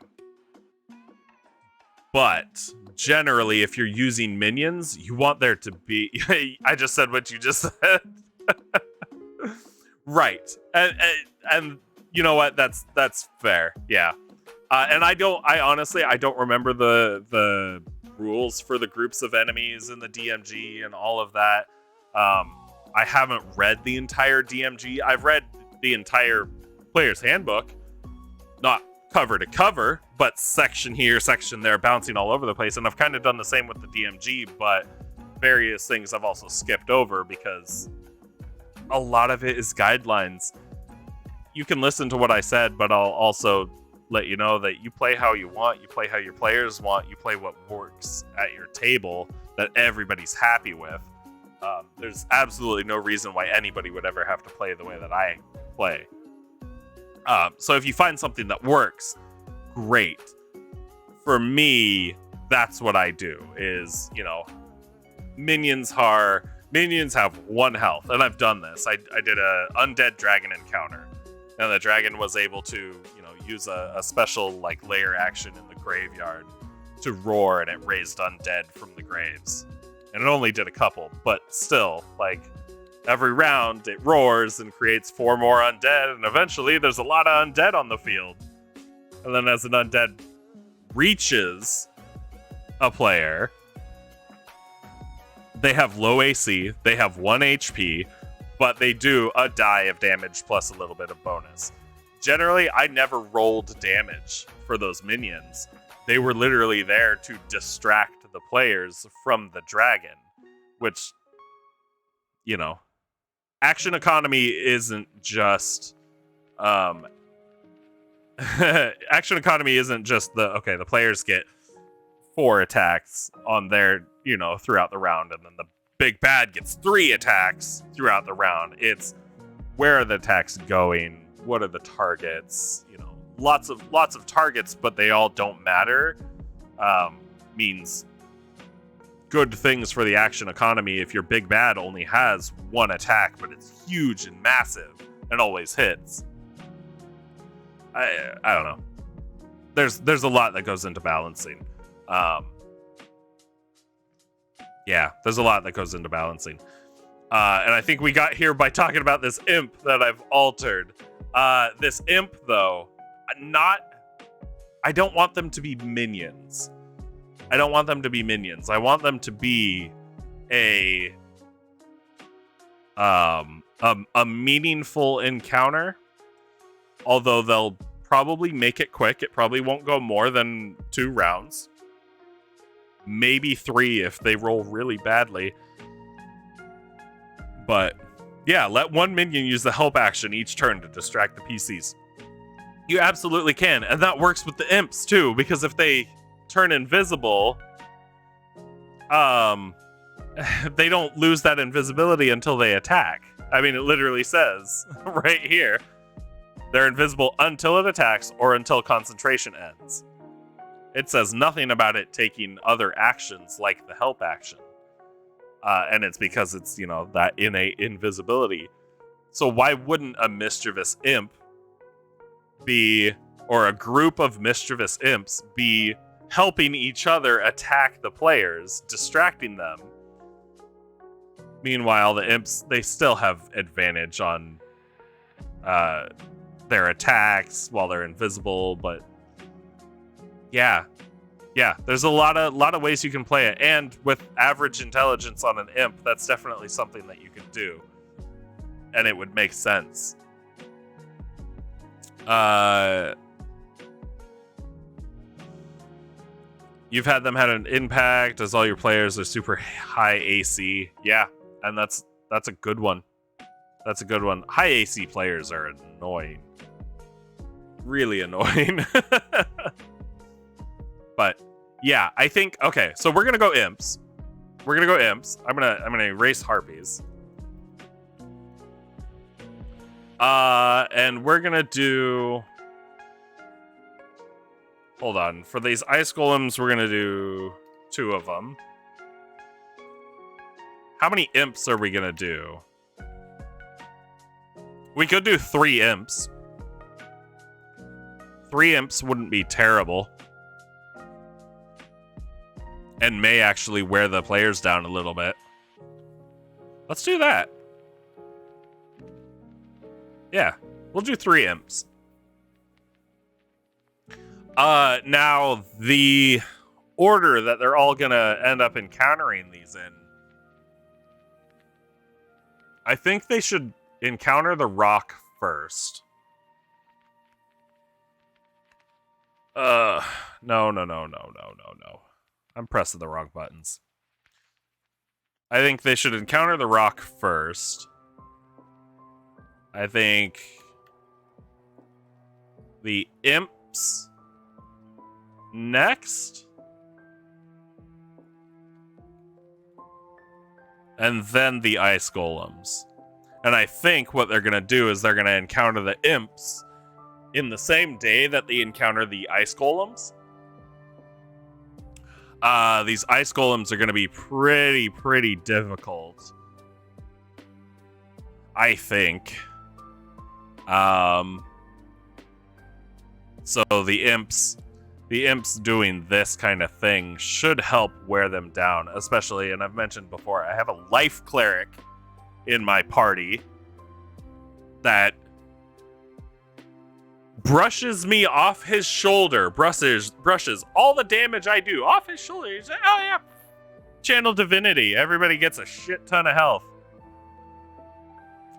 And it pisses me off. So we're gonna try to change that. We're gonna try to make it so they're not able to do that anymore. Well, not do that anymore. But we're gonna change it so they're not able to pop like 3 of those in one encounter. which I do a pretty good job of making sure they can't. But you know, if he has to burn one of those because of the imps, then so be it. You know? It was my mistake, though, to give him a... and this ties into the cleric's story as well. It was my fault. Was my fault, because he has his regular channel divinities, but then I also gave him an amulet that makes him a little bit better. It raises his spell DC by 1, raises his spell attack by 1, and then it gives him another use of channel divinity each day. But it's a super, super powerful thing that I wanted him to have because it's story related. And his is an interesting one because he's a cleric of Bahamut. Yeah, he's a cleric of Bahamut, but he's more a scholar than just straight up devoted cleric. And when he wrote his story, I asked him why he would become a cleric. And he said, for the power. So I was like, okay, well, there has to be a deal made then. For his piety, he gets power. But now he's going to be discovering various artifacts for Bahamut, like the amulet that he now has. And eventually there's going to be a staff for him. Probably armor and a helm and all this other stuff. And he's gonna get super, super decked out in stuff. As long as he's able to follow all the clues to where it is. He's very much on his story is a treasure hunt. So yeah, he's gonna go on a treasure hunt for all these things. For all of that power. But like I said earlier, I want all of my players to have to make a choice. At the very end of their story, I want them all to have to make a this or that choice.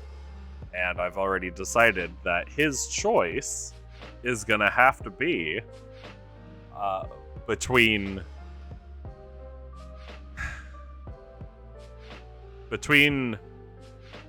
not achieving his goal of attaining as much power as he can, or he's granted essentially unlimited power from Bahamut, but in exchange has to take the place of one of Bahamut's 7 golden dragons.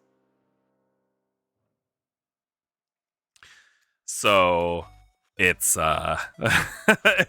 it's definitely a, are you gonna keep playing with this character, or are you gonna have them achieve their goals and call it good?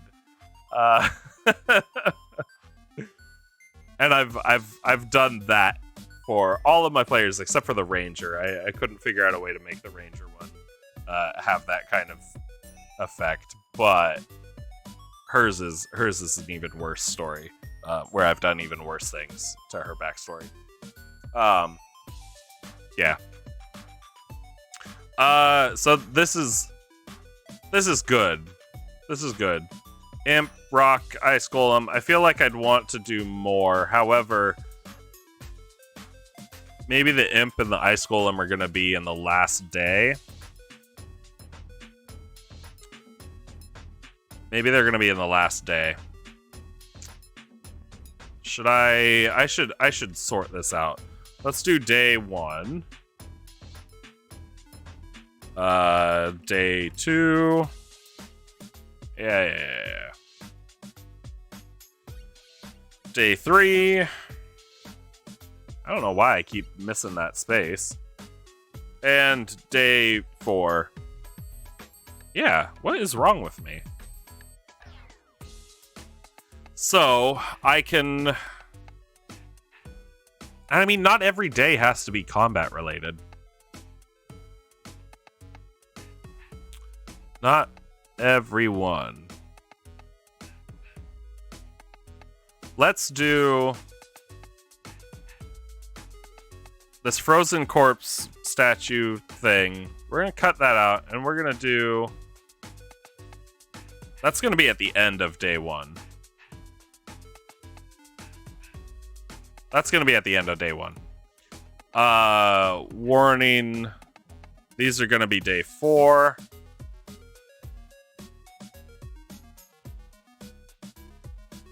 Let's do that.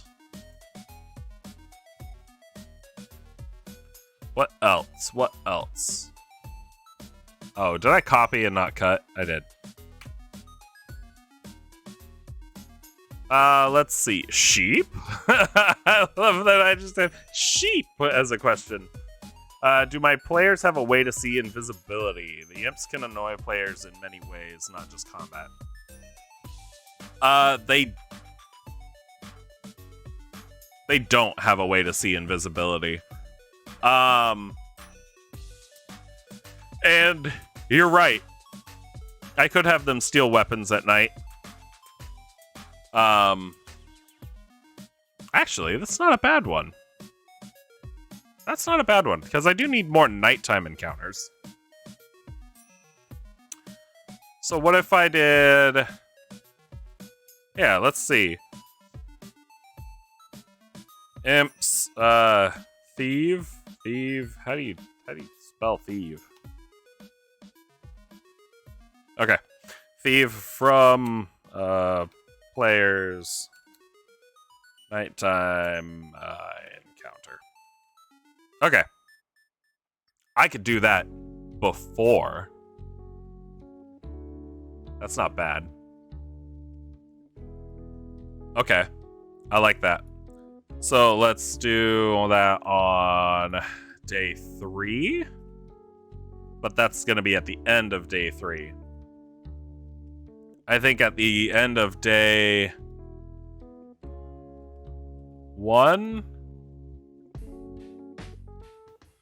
we're going to have the mountain lion. Oh, itch. I apologize. I hit my microphone. Okay. Nighttime encounter. Nighttime encounter.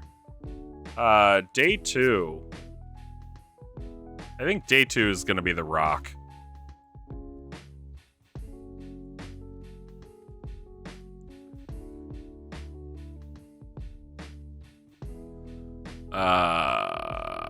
If day 2 is going to be the rock, then I want there to be the giant feather on day 1.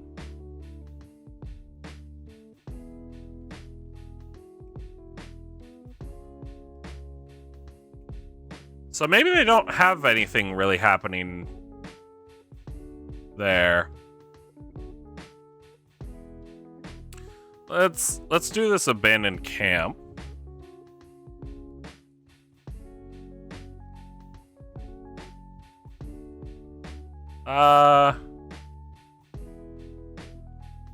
Yeah. Abandoned camp right there. That's fine. So a camp closer to where the temple is. Still a half days away.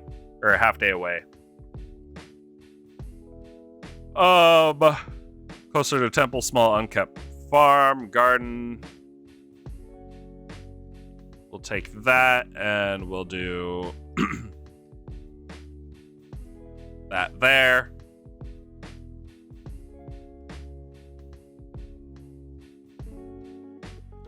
We're gonna do these imps the next day.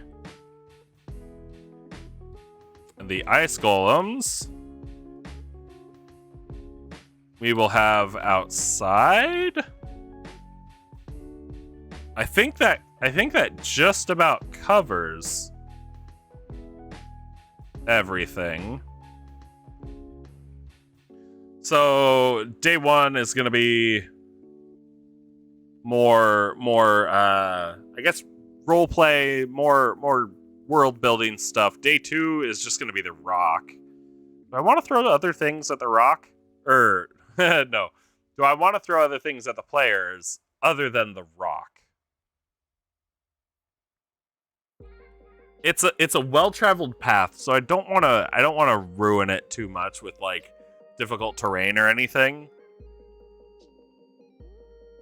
I think the most difficult part is it's a path through the mountains. It's not going to be the most easy to traverse.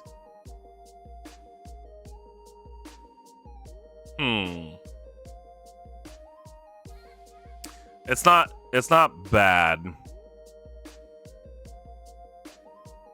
I could have little rock babies. Ooh, little rock babies. Do I want to do little rock babies?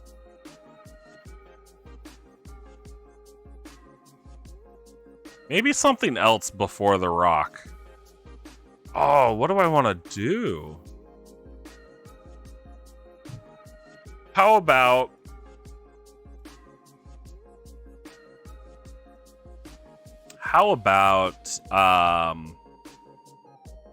the rock fight could hint at the imps in a way.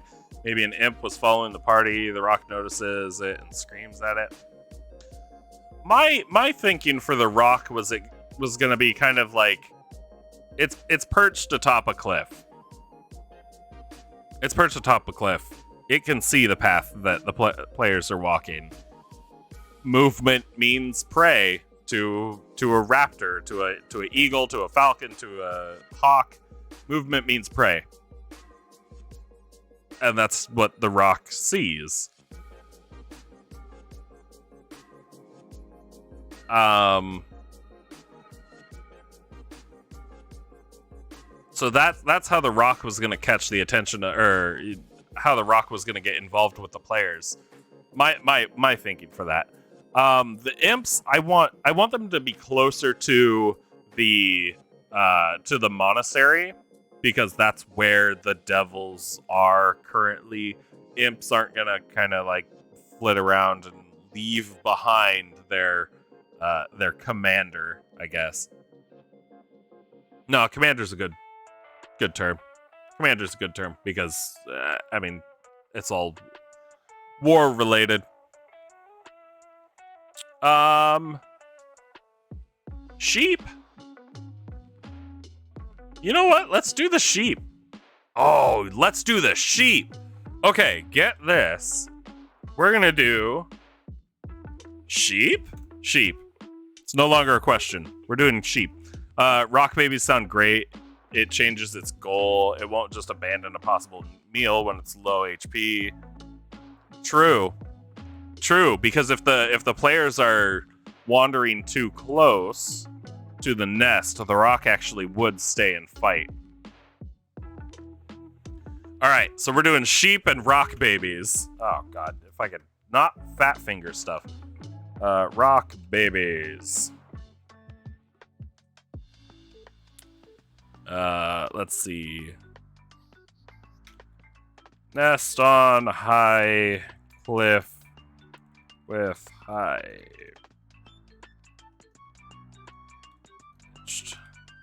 chirping. There we go. High. Great. Nest on high cliff with high pitched chirping. Let's say 3 rock babies.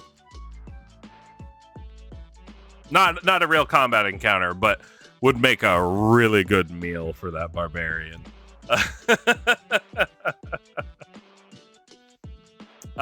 Okay. Cool.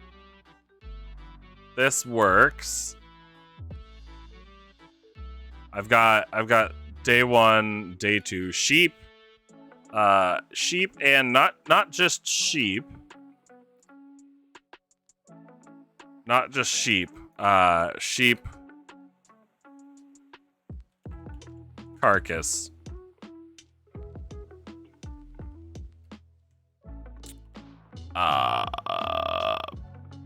Only just like an owl, only bone and fur.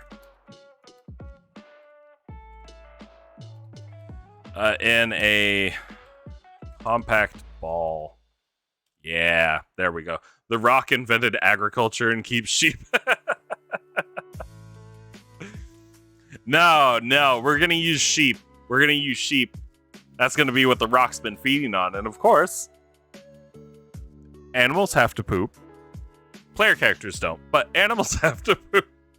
No, that's not true. My barbarian poops every single morning in game. Sheep carcass.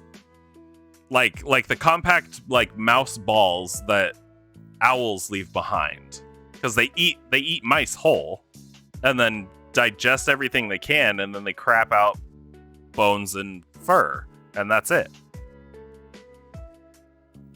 That feels better. That feels better. And then day 3, I think we'll leave kind of empty, just because it gives a little bit of a... No, I don't want to leave it empty. I'm going to throw in a blizzard. We need weather. Weather is important. Weather is so important. And these guys are walking through a mountain path in the middle of winter. We need weather. So we'll do blizzard. That sounds awful on sheep scale. Well, we're talking about a bird that's probably the size of a Boeing 747. Maybe bigger. So, yeah. I mean, a large sheep would be about small mouse scale. Okay. Blizzard. We'll do con saves to avoid exhaustion.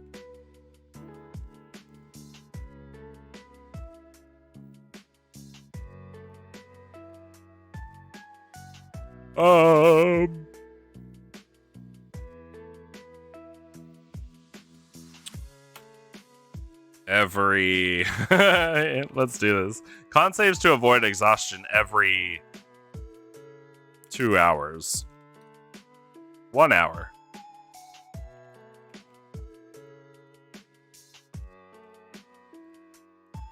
That'll be fine. I'll make that work, and that's not something that they're going to encounter today. But I'll make that work, and that also will really wear on them, especially because they know that they're on a time crunch right now. So they're really not going to want to just stop for the day. So keeping the pressure on them should make that actually impactful.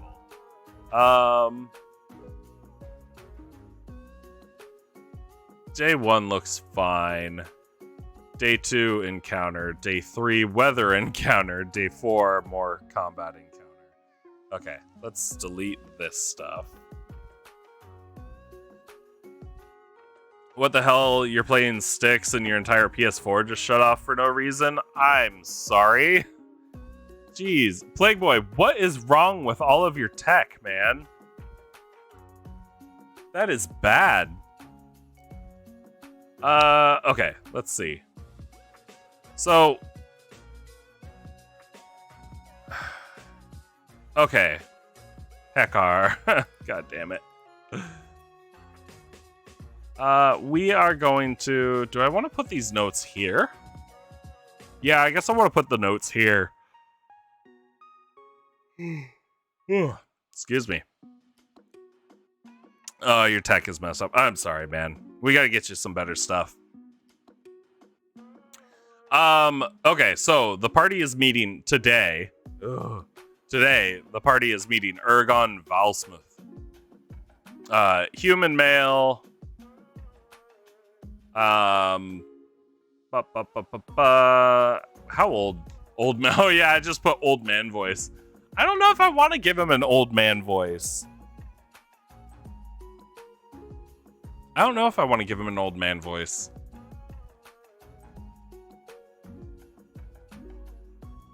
I might need coffee on my way there today. I do need to come up with a voice for him, though. Give him a slightly old voice. What does slightly old sound like, though? What does slightly old sound like?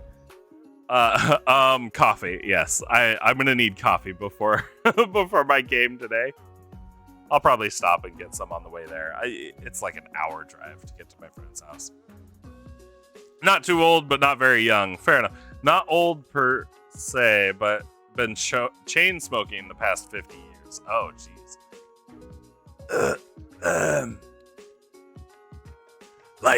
Like the raspy voice, kind of chain smoking. Oh god.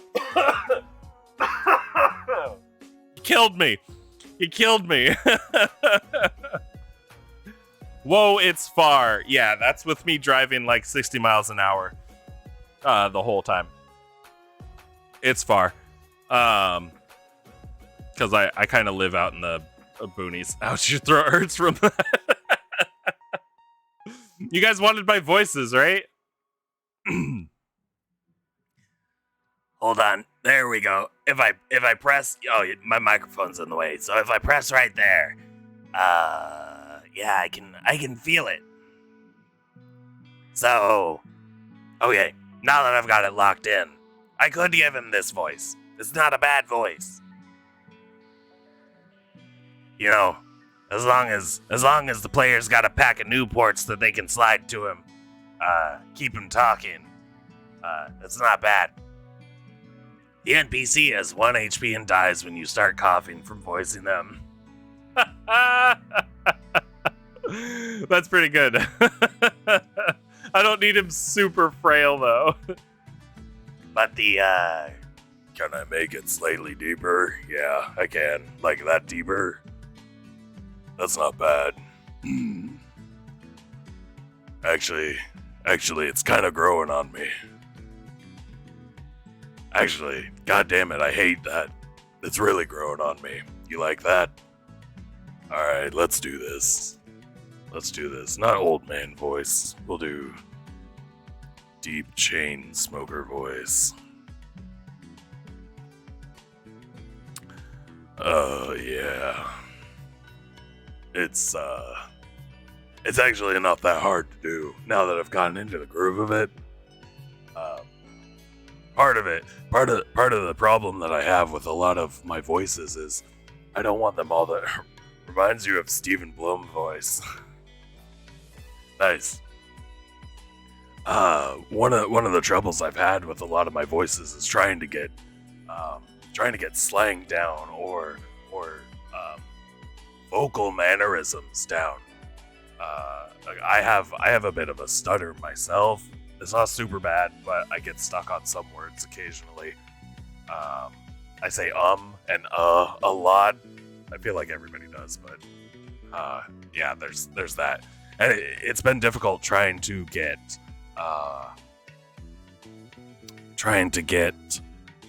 all my different characters to sound differently, depending on who they are, where they're from, all of that stuff. I think a lot of my characters end up talking the same and end up speaking in larger words, more complex words. Yeah. That's my biggest problem. This guy though, since he's a council member, he's probably going to be more intelligent. Okay, yeah, you know what? This voice kicks ass. This voice kicks so much ass. It's really grown on me. I like this. So he's definitely going to be more intelligent. Probably use longer and more complex words when he's speaking. So yeah, it shouldn't be a problem at all. So yeah, I really like that. I really like that. That's a good call. I can feel it like at the bottom of my sternum when I'm doing that voice. It's weird. It's a weird place. That's definitely a weird spot to feel it. Because a lot of the time it's like back here or right here, where I feel my voices, but to have it down there. And I think it's a combination of trying to go so deep as well as keeping the voice raspy. Yeah, that's not bad. Yeah, it's actually kind of like I'm tensing my stomach a bit when I'm doing it to keep the air flowing through my throat as I. Yeah, it's more in the stomach than it is in the throat. Has a little more tongue control while using your breathing to produce a lot of the sounds. I don't know, hard to explain. Hard to explain. Yeah. Weird. Huh. Oh well. I like it. It's not a bad one. Yeah, you get it? Okay. Okay, so, he is older gentleman, dark greens, gold chain, because he's a pimp. Grape leaf pendant, thin, tall, balding on top, clean shaven, thin, round spectacles at the end of his nose. At the end of his hooked nose. Haha! More descriptions. Oh yeah, and I can do my hero voice too. Which I've done before. I've done my hero voice for a paladin, and was probably the most annoying character I've played because it was a glory paladin, I think, whichever one gets haste. And as a heavy armored paladin with the defensive fighting style and a shield, naturally, like just that with plate armor was like an AC 21, and then you throw haste on it, so his AC bumps up to 23. He gets the extra attack in, he gets the extra movement speed. Like, it was great. I loved it so much. Okay, so my hero voice. It's not quite as deep, but it's a bit louder. It's more projected. There's a lot of laughing. You gotta do it with a smile. Although, I guess, it doesn't have to be a smile, but it's better with the smile. It comes out better. The shape of your mouth affects it in such a way, makes you sound more heroic. You gotta puff the chest out. You like it?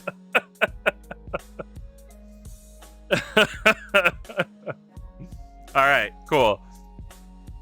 Maybe I'll quit streaming and I'll go get a job as a voice actor.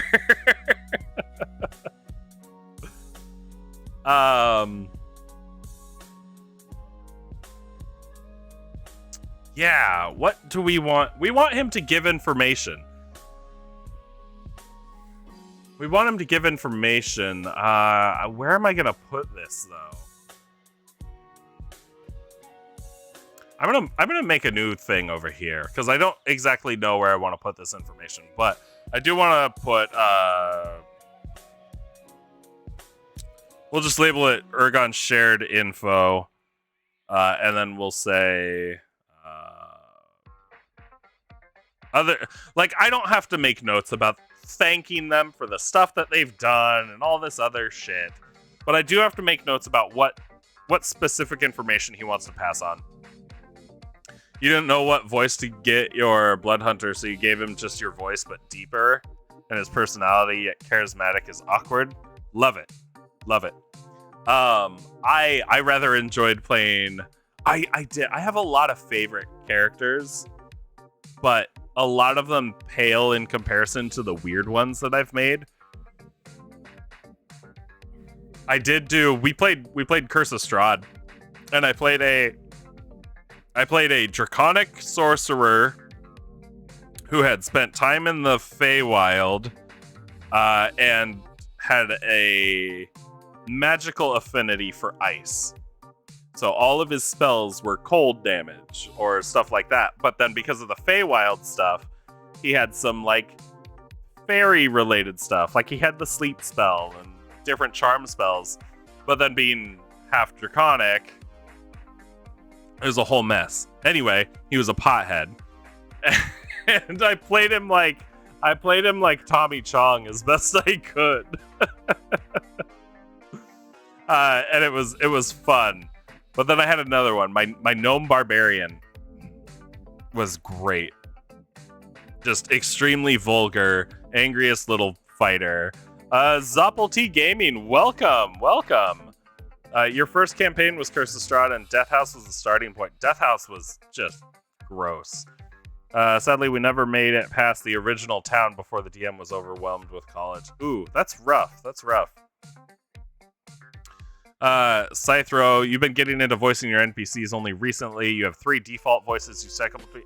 You know what? That's fine. That's how a lot of mine has been. You go with a little higher, and you can use this one for a lot of your kids, or maybe some of the girls, some of the women in your campaigns, and then you just use your regular voice for a bunch of other NPCs. But then you always got to make sure you throw in an old man voice here or there. If you need to make it a little higher for the women, that works too.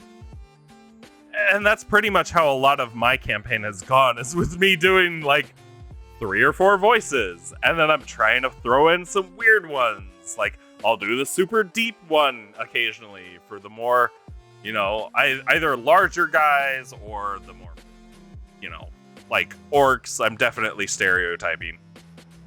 Stuff like that. Halflings and gnomes, I'll usually go a little bit higher, but a little squeakier. I think I tighten up right down here, tighten up your stomach, and then it comes out a little bit like this. And you just kind of hold that. And I think this is the voice that I did for my little gnome barbarian, and he'd fucking kick your ass anytime you wanted. He was always ready to throw fists. And it gets easier as you go on. And like I said, I've been a professional dumbass for my entire life and a professional goofball, so I've always done stupid voices. But yeah, voice exercises, you absolutely can do it. There's a lot of resources online for learning different voices and stuff like that, but a lot of the time, and I think the best advice I've ever heard was, if you ever want to work on a voice, spend a whole day working on that voice. Everything you do, if you're able to, and hopefully this doesn't get in the way of work, spend every single second you can talking in that voice to get used to it and get used to the feel of it and how it feels on your body, your throat, where your tongue is positioned, all of that. I think getting voices down is good, but then after voices, you start to work on accents. It can all be difficult. We'll see. Plague Boy, your sister's the DM, and you gave you a hint that your blood should probably be ice because it would be more useful. Ooh, neat. I like that. We're about to enter the Amber Temple in Curse of Strahd. You became a werewolf session 1. Speaking faster and slower will triple the amount you can do with each voice. That's very true. Concerned Whale has that spot on. There's nothing wrong with slowing down your speech a bit. Try to emphasize just where somebody's from, how they think. Although I guess just because somebody talks a little slower doesn't mean that they think slower. They're just as sharp as you and me.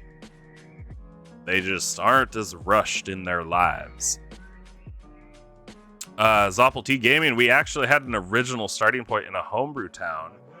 It was supposed to be starting there, being drawn to Strahd, back to the original world. You ended up going through 2 characters before you even hit the first village. I'm so sorry. Curse of Strahd is mean. Curse of Strahd is mean, especially if you're running it just as it is in the books. You're also practicing death metal growls. Ooh, that one's tough. Like, you guys made me cough with the raspy chain smoker voice, but the death metal growls, I've never been able to do it too well. I can do a really good creepy laugh though, so there's that. I usually throw that in. Oh no. Felt like I had something in my eye. Okay. So he's gonna share info about Pekar.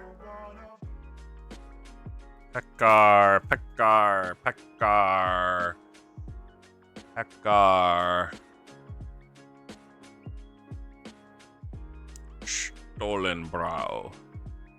Maybe. I don't know. I can't think of it. I feel like he should have a last name, but I can't think of a good one for him. Also, High Elf. It should be something highfalutin, fancy, real soft on the tongue. Not a whole lot of gah. Not a lot of sharp. I don't know. That's another odd one. That's definitely another odd one. Let's come up with a good. Oh wait, hold on. I have names. Zubair. Ooh, I do like Zubair. Thistlefowl. Ooh, I like Thistlefowl. Thistlefowl's a good one for like. I don't know. I like Thistlefowl. How long have I been doing D&D? It's been...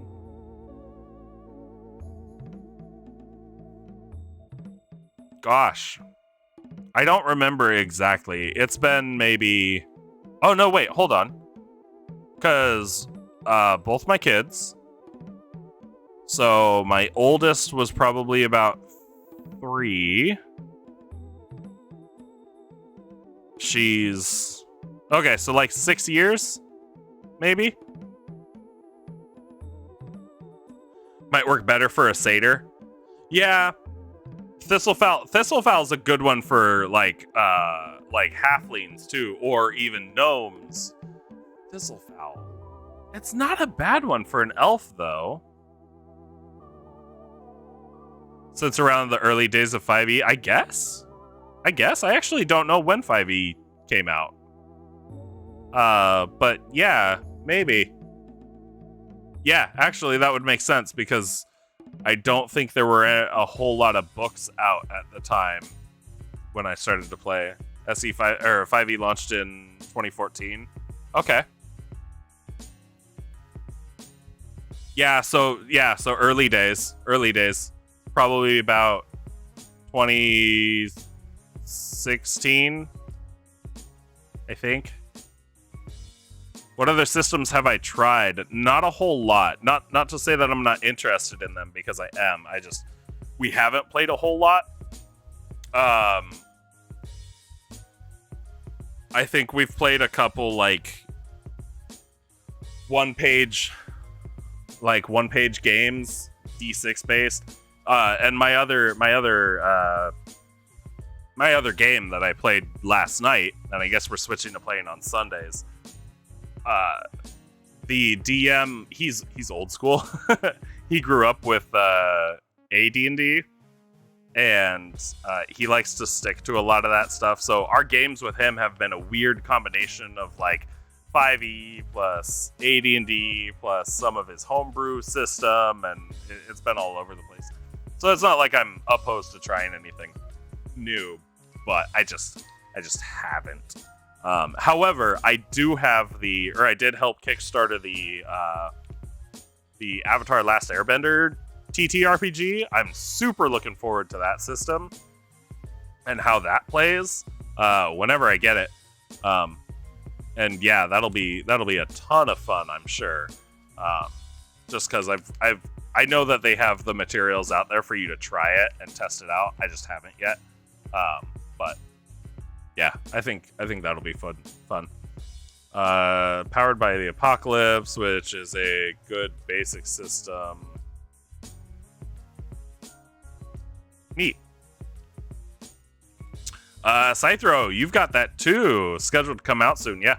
I actually, when I saw it all, I was like, oh, I need this. And then I looked at all the rewards. I was like, oh, you know what? Top tier investment is only $200. Hell yeah, I'm dropping $200.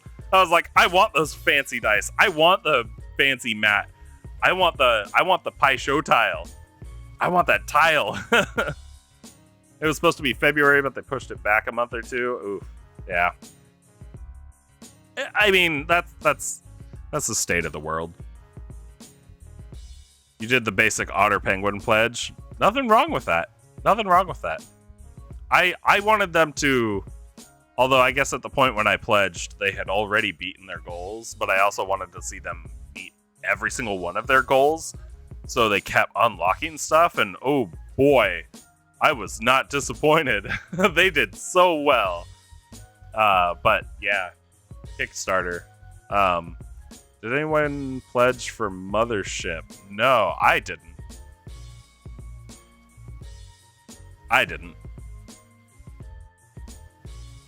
Gallowbraid. Let's do Gallowbraid.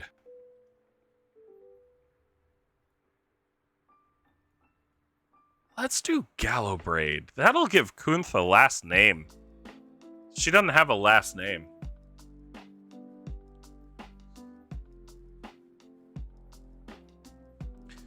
Pekar Gallowbraid. A high elf gentleman. A high elf gentleman that worked for the council for a short time, say 10 years ago. Before being found conducting, I almost said doing. There's always a better word. That's the trouble with writing. There's always a better word.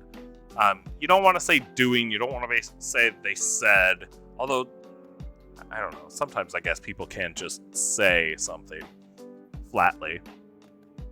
Apparently PDFs are supposed to be coming very soon for Avatar. Ooh, nice. Very nice. God, I love Avatar. It's so good. And I think somewhere I've stolen inspiration from Avatar. I can't remember where though. Before being found conducting unethical experiments on some of the townsfolk. Not flock folk. Sure. And then we'll go if pride.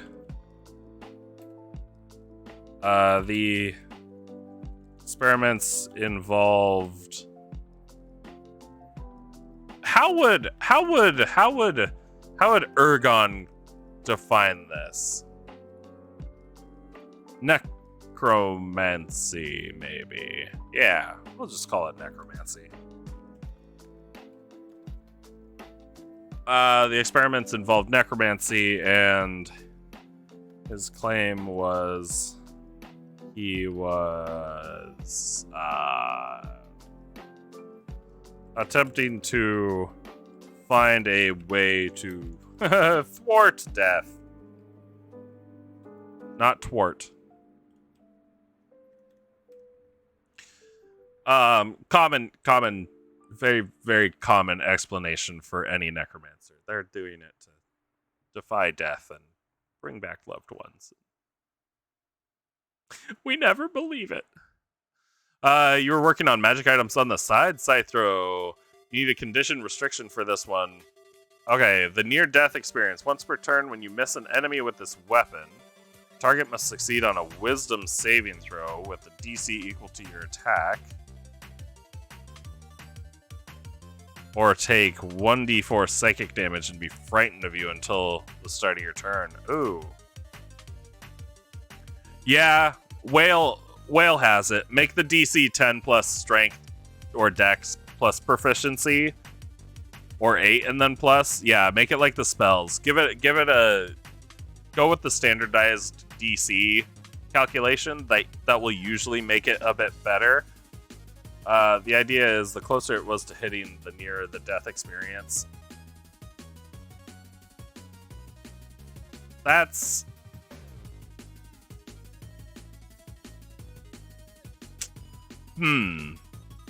So what that is, and I'm gonna state it out. I'm gonna put this out there. What that is it's a weapon that you hit, you do damage. You miss, you might still do damage.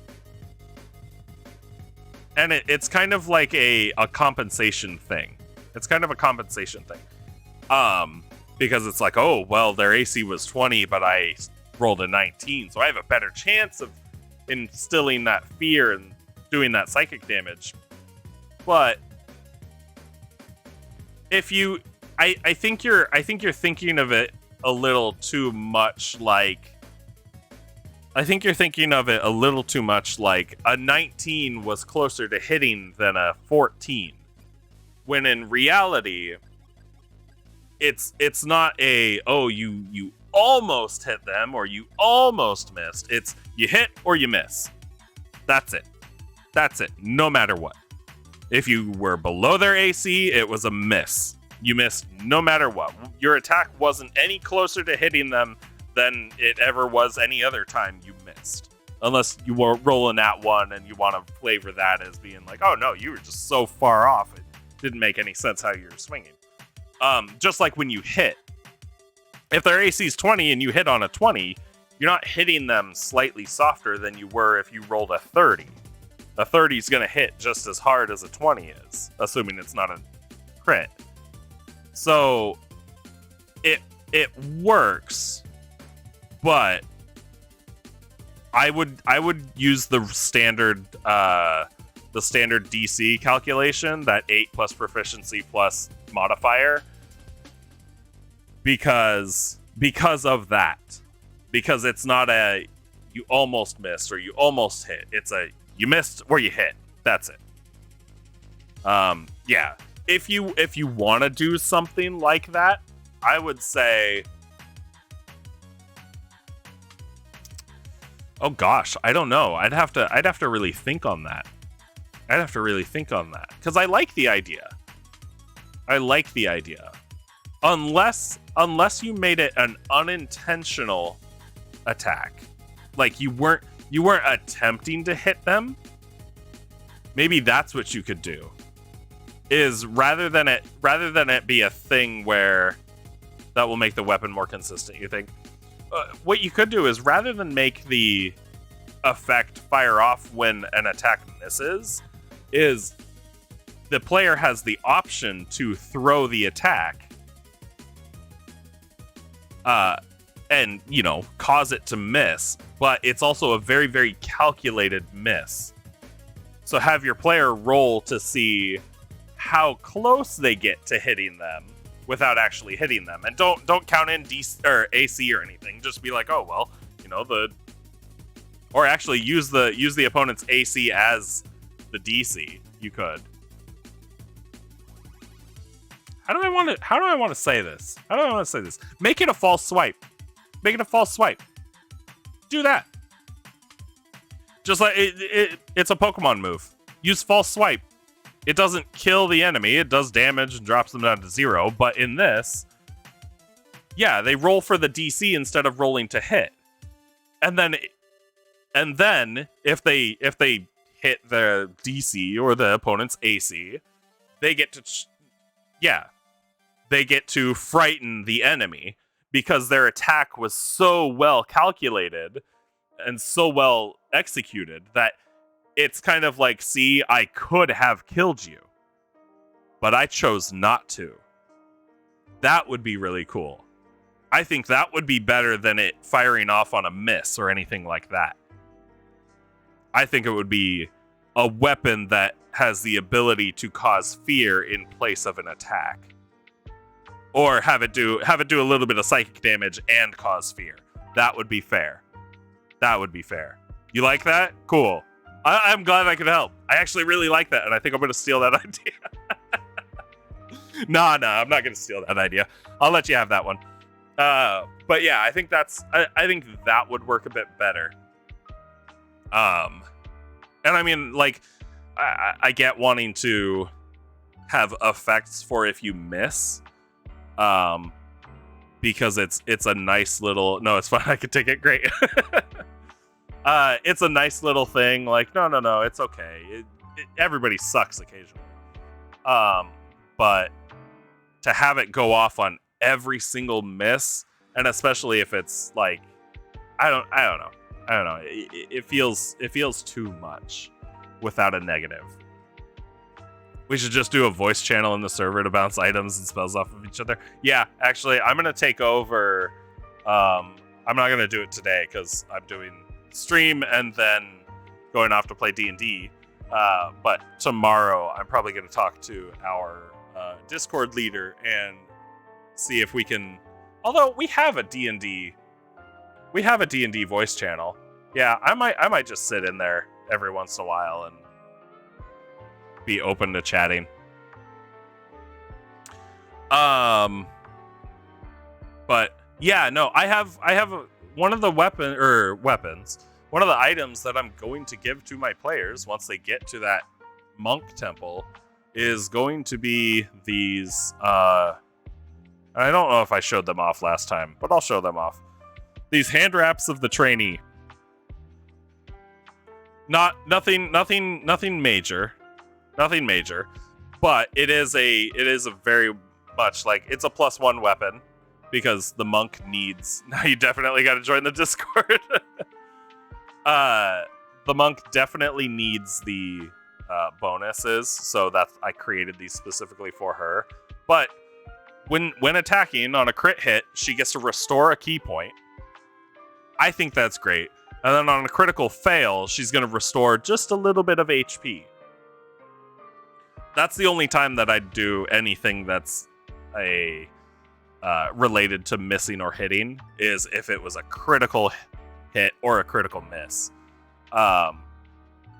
And hand wraps of the trainee, because they're meant to be hand wraps for training these monks. So they want to keep them going. They want to keep their energy up and stuff like that. So that's the idea behind that weapon. But that's something that I would do. Or something I have done. If you're planning on doing something that relies on missing or hitting, tweak those crit hits. Steal stuff from other classes too. I've made brutal weapons that crit hit on 18 through 20 instead of just 20, because that ability for the champion fighter is so amazing. But nobody ever wants to play fighter. So I give that to other shit. Steal shit from other classes.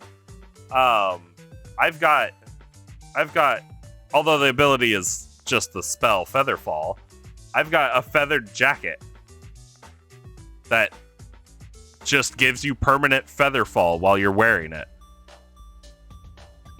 I've got other stuff that pulls from other classes, or pulls from the various classes to boost them up and make them kind of weird and more usable. Nothing wrong with that. In fact, I'd encourage it. Take from the other classes, because then you kind of get the benefit of multi-classing without having to multi-class. But it's not full multi-classing. It's just like, oh, you want this little piece of this class? Sure, I'll give you this little piece. Just don't do it with sneak attack. Or if you do, limit it to like, oh, if you get the basic sneak attack, which adds an extra d6 to your damage. Stuff like that. Concerned Whale, you've been working on your own equivalent to the vestige of divergence. Or vestiges of divergence. Nice. And yeah, that's cool. That's awesome. Do it. Steal ideas. Matt's not gonna care. Champion Fighter is just so basic. I think the entire subclass description is half of the Artificer's level 1 features. Yeah.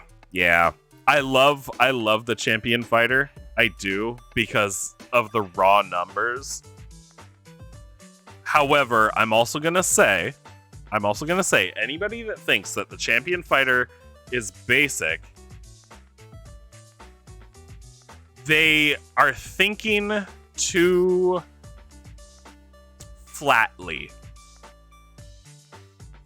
Especially those early PHP subclasses like Thief Rogue have good concepts that are just lacking in comparison. Yeah, and I mean, if you really want to compare the stuff in the PHP to the stuff that's come out in Xanathar's and Tasha's and What's the artificer in? Eberron. They don't compare. They don't compare because those newer subclasses are more powerful. They're more combat focused. Like I said, my ranger has a +10 to her attacks. She doesn't have a plus weapon. She does like 35 damage per turn, and that's without a weapon that adds extra damage. That's just her class abilities with like Hunter's Mark. It's stupid. It's stupid how much damage she can put out. Stealing from those 4 items really is a good idea. Yeah, do it. Do it. I love doing it. Mix stuff up. Give the barbarian a key point for, you know, unarmed strikes or something. But yeah, tie it to an item and just give the character or give the players a taste of some of the other classes. And that brutal critical, or not brutal critical's barbarian. The improved critical from the fighter is a really good one for weapons that you want to be more brutal.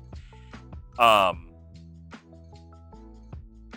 wouldn't give them extra damage. I'd just give them that ability to crit. Give weapons the ability to crit on an 18, 19, or 20, or extended crit ability. It's a really cool thing. Or just do 19 and 20 or whatever you want. Whatever balances best for you. I missed a T there. The experiments involved necromancy, and his claim was he was attempting to find a way to thwart death. But was limited to the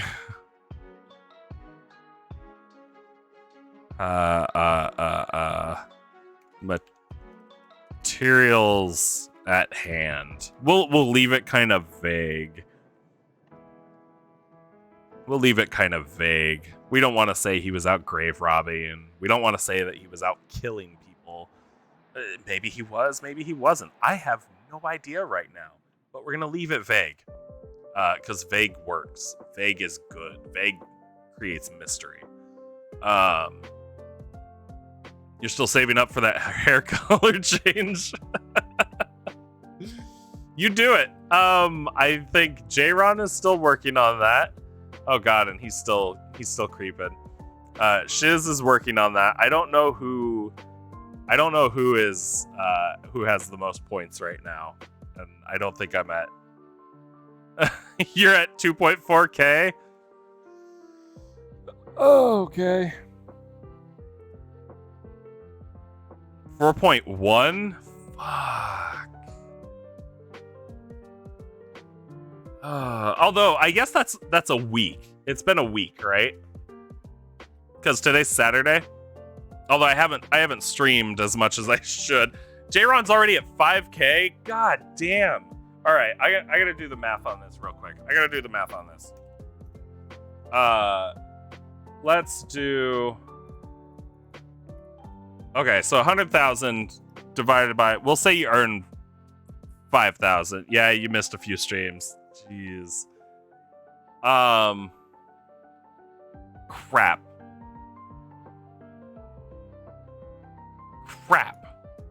No, we'll divide it by like. Shit, 6,500. We'll do 6,500. Because I think that's about it for a full week of me streaming. Oh, of course I goofed it. 100,000 divided by 6,500.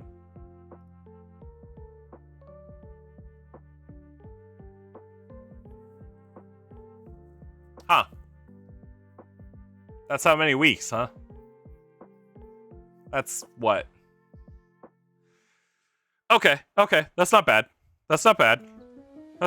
I'll live with that. I can live with that. That's like 4 months. Maybe. At the most.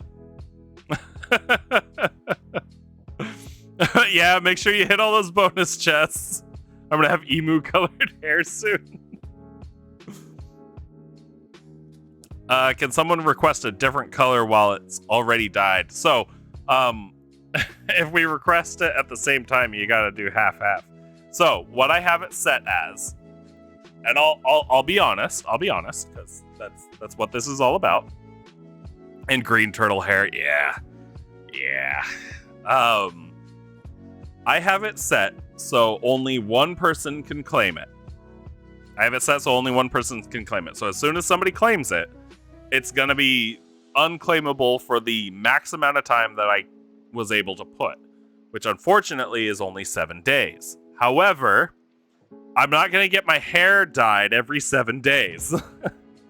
So once it's claimed, whoever claims it first, once it's claimed, I'm going to turn that option off for about a month.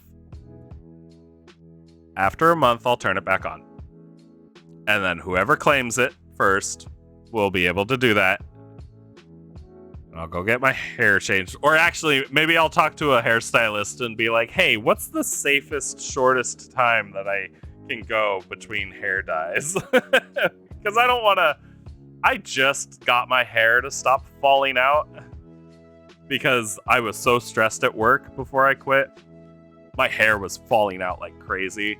I just got my hair to stop falling out. I'd like to keep it in my head, please. So there might be a month or two between hair dyes. And actually, depending on how it goes, I may, after that first redemption, I may bump the price up to like 2,500 or 250,000. We'll see. There are beard and mustache to dye, just saying.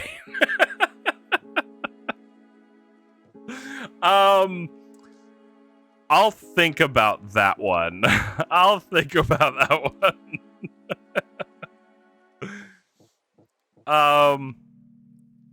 Okay. This is good. This should be able to get me through, because a lot of my game is just me who's lining it.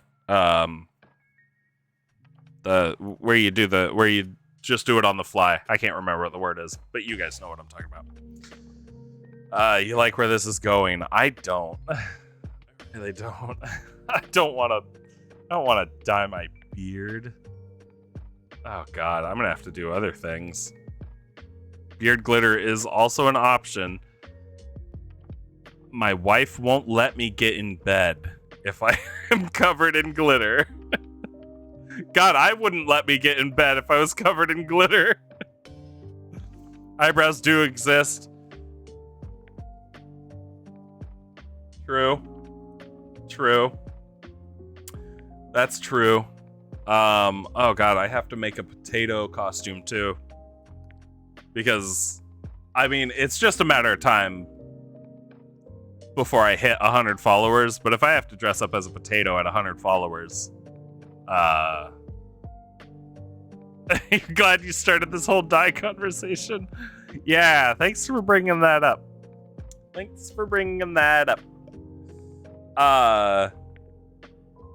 Yeah. Yeah, I have to make a potato costume. Because I think I'm going to do it homemade rather than just buy one online. So it's going to be really dumb.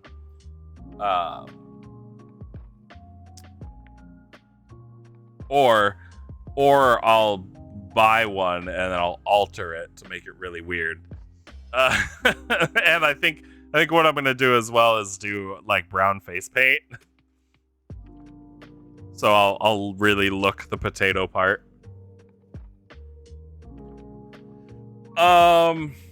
God, I don't I don't like this. Yeah. No, it's fine. My wife's not gonna like it. But this is fine. Brown face paint might not be the best idea. Yeah, I know. And I know what you're thinking. And it's not something that I was just gonna do without testing. Because I'm not stupid. I'm stupid, but I'm not stupid. Yeah. Fucking brown face paint. We'll see.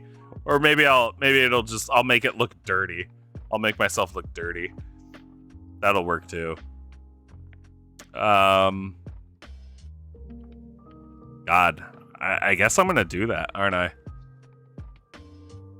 I'm gonna do some real dumb stuff. Publicity stunts. That's what they are. But you know what? Who knows? Followers lately have been just barely trickling in, so it might be a month or two before I hit 100 followers. I've got time for that. It's gonna be real sad when I hit 100 followers at the same time that I have to dye my hair. Ugh. All right. Cool. Pekar Gallowbraid. High elf gentleman that worked for the council for a short time 10 years ago before being found conducting unethical experiments on some of the town folks. What did he do for the council? He worked for the council doing perfect timing for that. Yeah.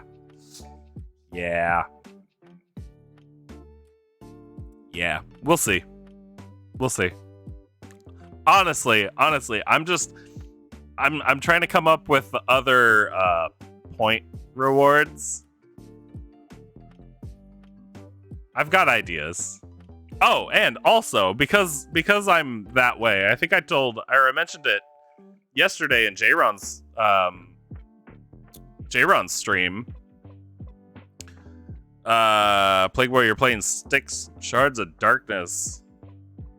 And perfect for you, there's a plague going around. Nice. I mentioned it in J-Ron's stream. I did put an insult command in with stream elements. So if you guys do an insult command, it should randomly generate a rather childish insult. Yep, there it is. Thanks for calling me a squishy wiener hamster. Lovely. A smelly pus goblin. Ooh, nice. Try that one again, Plague Boy. I think the global cooldown is like 5 seconds.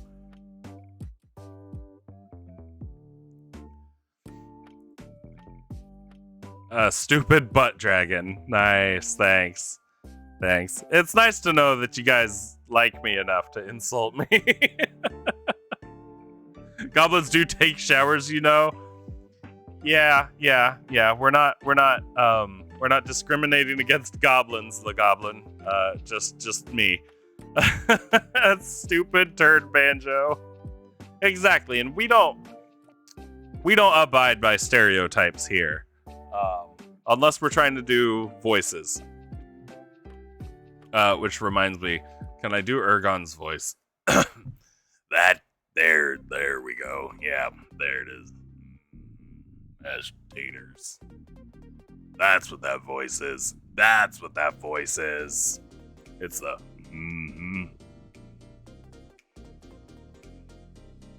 Just pus goblins, yeah. I'm a smelly pus goblin. Not that other goblins are smelly or pussy. Just me. I might have to change it though, because I will say that third word, it does include butt in the options. The second one does include butt in the options. The third one includes pirate, and I don't know if I can get away with doing that one.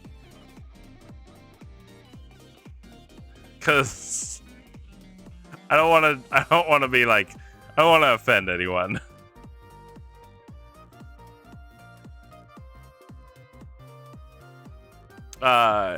Yeah.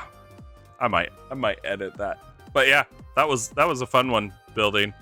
Those commands are actually really easy to make. What work was he doing for the council? You know what? He's working for the council doing census work. Fuck it. He's a census worker. I'm a lumpy fart explorer. Rude. Yeah. Yeah, he was just doing census work. That would allow, or that would give him a reason to be walking around the city. Yeah.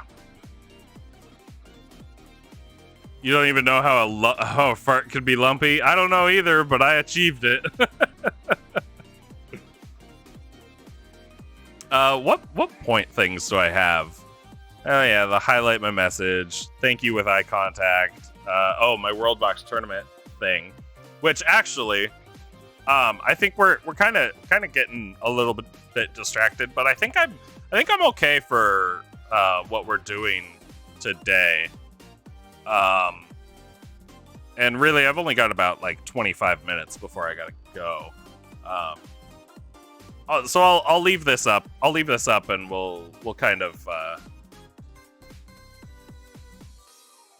we'll kind of add to stuff as need be.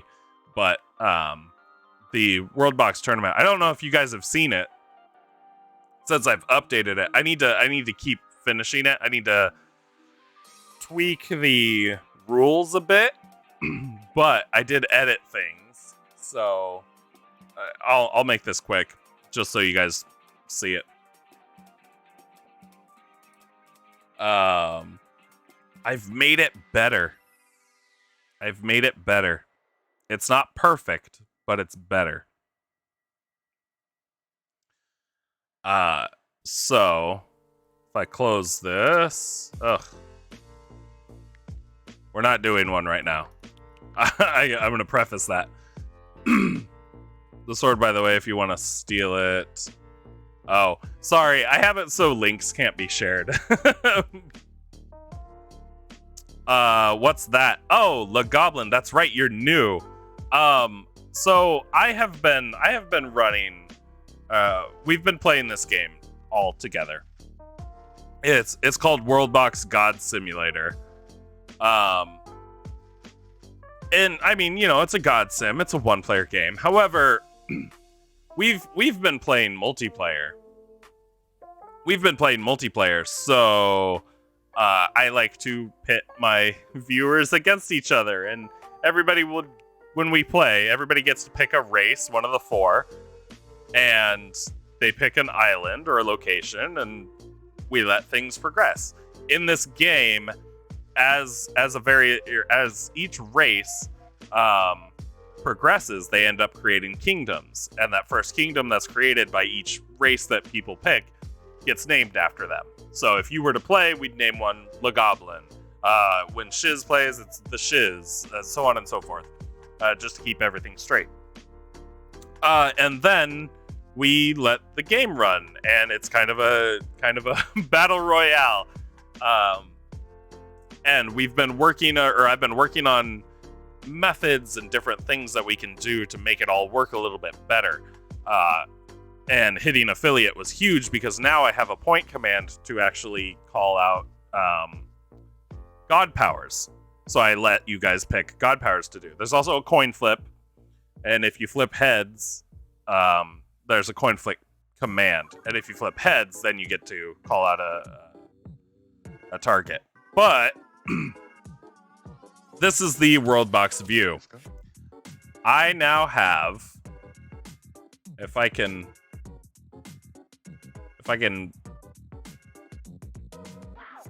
that's the one thing this game is missing, is a manual zoom. Manual zoom would be great.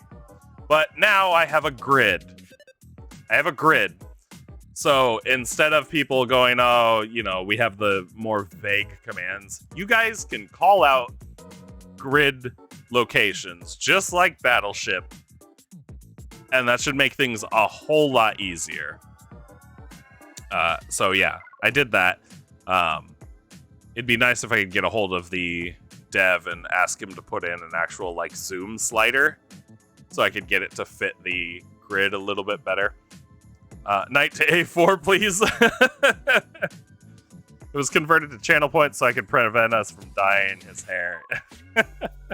To be fair, you still have the coin flip option. It's still there because I want everybody to be able to play. But the coin flip is kind of random chance if you're gonna get the god power or not. The channel points is a guaranteed god power. So I still do have to edit the wording up here. So it's not specific targets in the god powers anymore, and all of that, and it just says call out your grid coordinates, and that's where we drop it. But yeah, a nice 10x10 grid on the map should make things a little more interesting. And yeah, I'll let you call out like bottom left corner, bottom right corner, top left, top right corner of whatever coordinate you want. Then I'll do that as well. If you don't, it would just be dropped in the center. So, Concerned Whale calling for Volcano on H7. Although he'd have to flip for it. I would just go, okay, H7, and drop a Volcano right in the middle. And that would be it. And then, yeah, you guys pretty much just do what you can. Oh, flip that coin for tails. You guys would just do what you can to eliminate the other players, keep yourselves alive. And if your kingdom does get wiped out, there's an NPC takeover option because we leave rebellions turned on. So it's been a ton of fun when we play.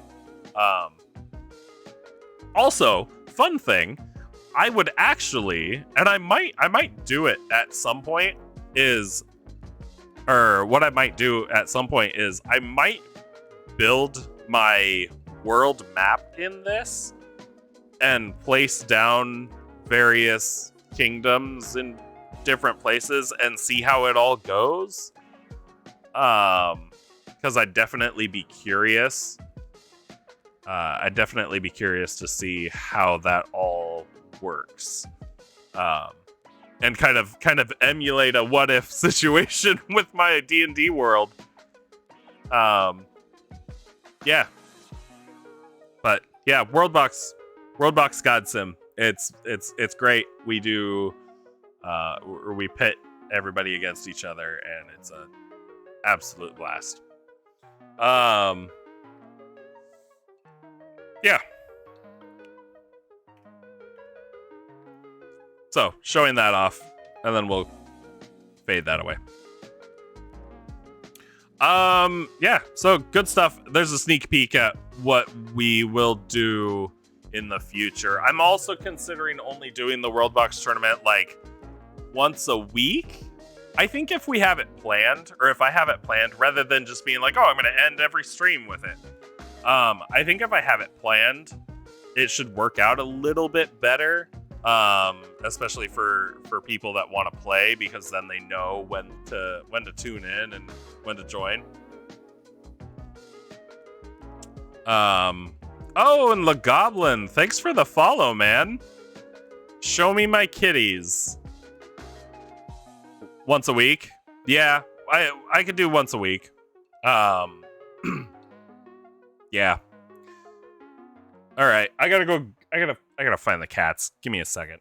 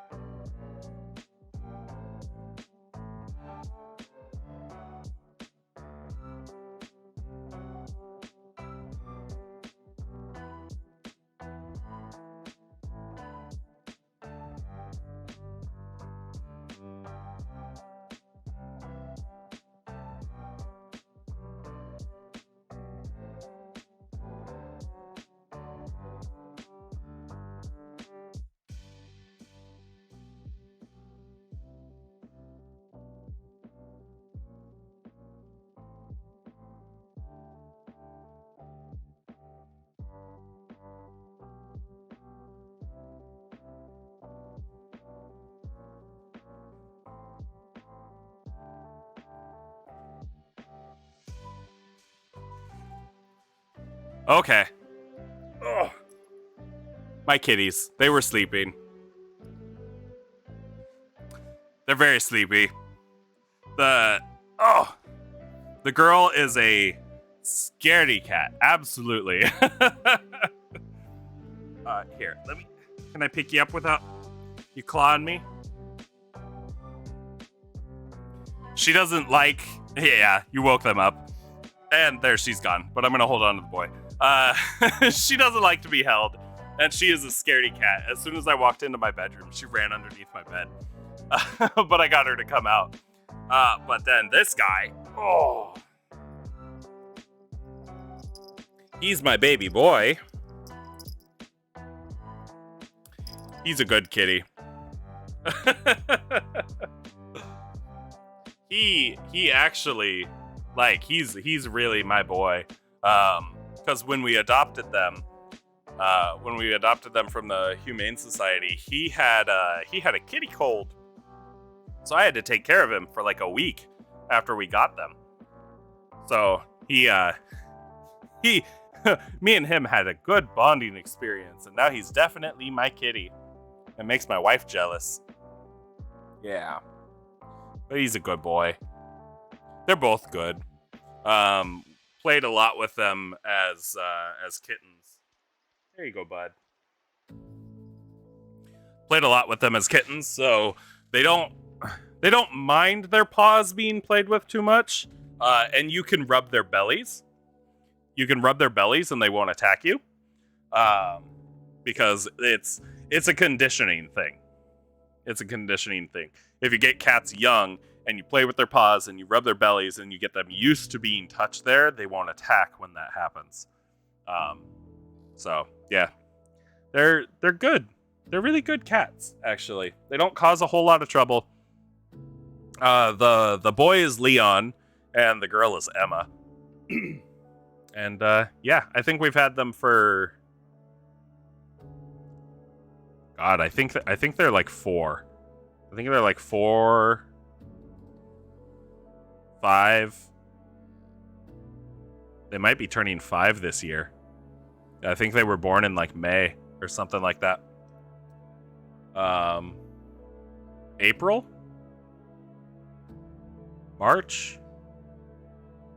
Early spring. They were born in early spring. So yeah, I think they're about to turn 5 actually. Ooh, that's I don't want to think about that. But yeah, good kitties. Leon is usually in my lap any chance he gets, but for whatever reason, when I'm streaming, he doesn't like to sit in my lap. I think it's because I try to keep good posture when I'm doing this, which means there's not a lot of lap space. And I finally bought a lumbar support pillow for my bad back. 'Cause I'm an old man. And yeah, that's made it even more difficult for him. But yeah, those are the kitties. They're good kitties. They've really never caused any trouble. That's been nice. Okay. Jeez. I've got what, 10 minutes left before I really gotta get ready. Oh man, I guess at this point I feel more prepared. Is there a link to my Discord somewhere? It's not my Discord. It's just a Discord that I'm a part of. I don't... Gotta go have a good session. Hey, thanks for stopping by, LeGoblin. Hopefully we see you again. Otherwise, have a great night. Scythro, I can... because it's kind of a... Well, I guess it doesn't matter, because the whole idea behind the Discord is it's a bunch of streamers that are working towards getting affiliate or have gotten affiliate, but then I think there's just a bunch of viewers. If you and Plague Boy want to shoot me your Discord names or something, or I don't know, I'll talk to the Discord owner about it and just let him know, like, hey, I've got a couple of viewers. Link sent in a whisper. Yeah, could do that.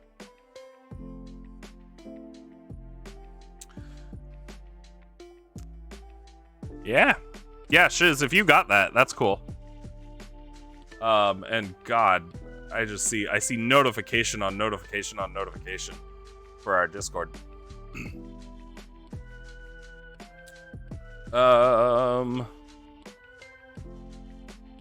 Simply okay, cool. Look at that. I'm guessing Scythro is Psy. Welcome. Yeah, I'm gonna have to get caught up on that before I get ready. I've got tools and shit I need to get together. I don't think I'm using any miniatures today, so I'm not gonna worry about it. And one of these, I'd like to keep these streams like my D&D planning, but I might have to do like terrain building too. I have foam. I've got a hot wire cutter. For that stuff, like I got decked out in tools for terrain building and stuff like that. I might have to do some of that on stream at some point. And I think I'm still planning on doing these streams Saturdays and Mondays. We'll see. Just make this a generic D&D prep time for whatever you need. Yeah, and that's kind of the idea. And at some point, because my friend is really getting me in, or he's really trying to get me into Warhammer. Not that I'm resisting it. It's just, it's a thing. And I think I showed this off before. They did get me the Orcs Combat Patrol box for Christmas. Yeah, it is expensive, and that's part of the reason why I'm like apprehensive. But we're also not going to be doing any tournaments, and I have a resin printer. So if I want to, I can just print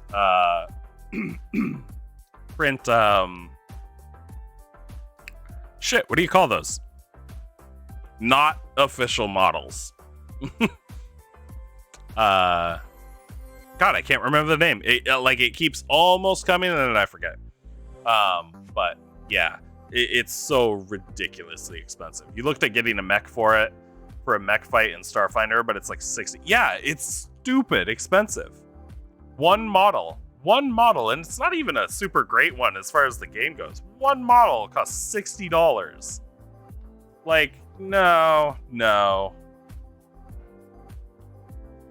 That's why you love Total War. Fair. Very fair. But yeah, I think I'd like to do this as a general D&D prep time, not just for my story building and whatnot, but for my miniatures. I'd like to do like miniature painting and stuff, or even like model cleanup for the stuff that I print, which I need to get my printer up and running again, because I haven't used it in like 2 months. I gotta do terrain building. I've got a bunch of trees that I need to turn into actual like terrain pieces and not just a bunch of loose trees. So that works better. Yeah, just a lot. I've got a lot of stuff I still need to do, a lot of stuff that I want to do. And then at some point I'd like to be able to fit in getting that those Warhammer models put together and then painted and all of that stuff. And yeah, we'll see. It's just a matter of time. And you're shocked at people's armies every time you go to a game shop. Yeah, that's the thing too. Like, they put a lot of work into them, and I watched my two of my friends put together their minis and paint them, and it's taken them weeks. It's taken them weeks to get them all done. And like, just the amount of detail that they have to put into all of them because they want them to look absolutely nice. Although I think a lot of that time was spent on painting. And I tried to pass on some painting tips that I picked up along the way, but I think those two really focus on just doing absolutely like the most detailed stuff they can and doing each piece at like one at a time. And yeah, that's a really hard way to paint. Like, I think I showed this off before. This Ice Golem mini. I wonder if I can. Oh, let me reach my arm around. It's a print from that Loot Studios. Yeah, Loot Studios. It's a print from that Loot Studios like Patreon thing. And it's a great print. Tons of spikes everywhere. But I painted over this so quickly just because it was like, I was like, okay, well, let's slap it with a white base because it was gray resin.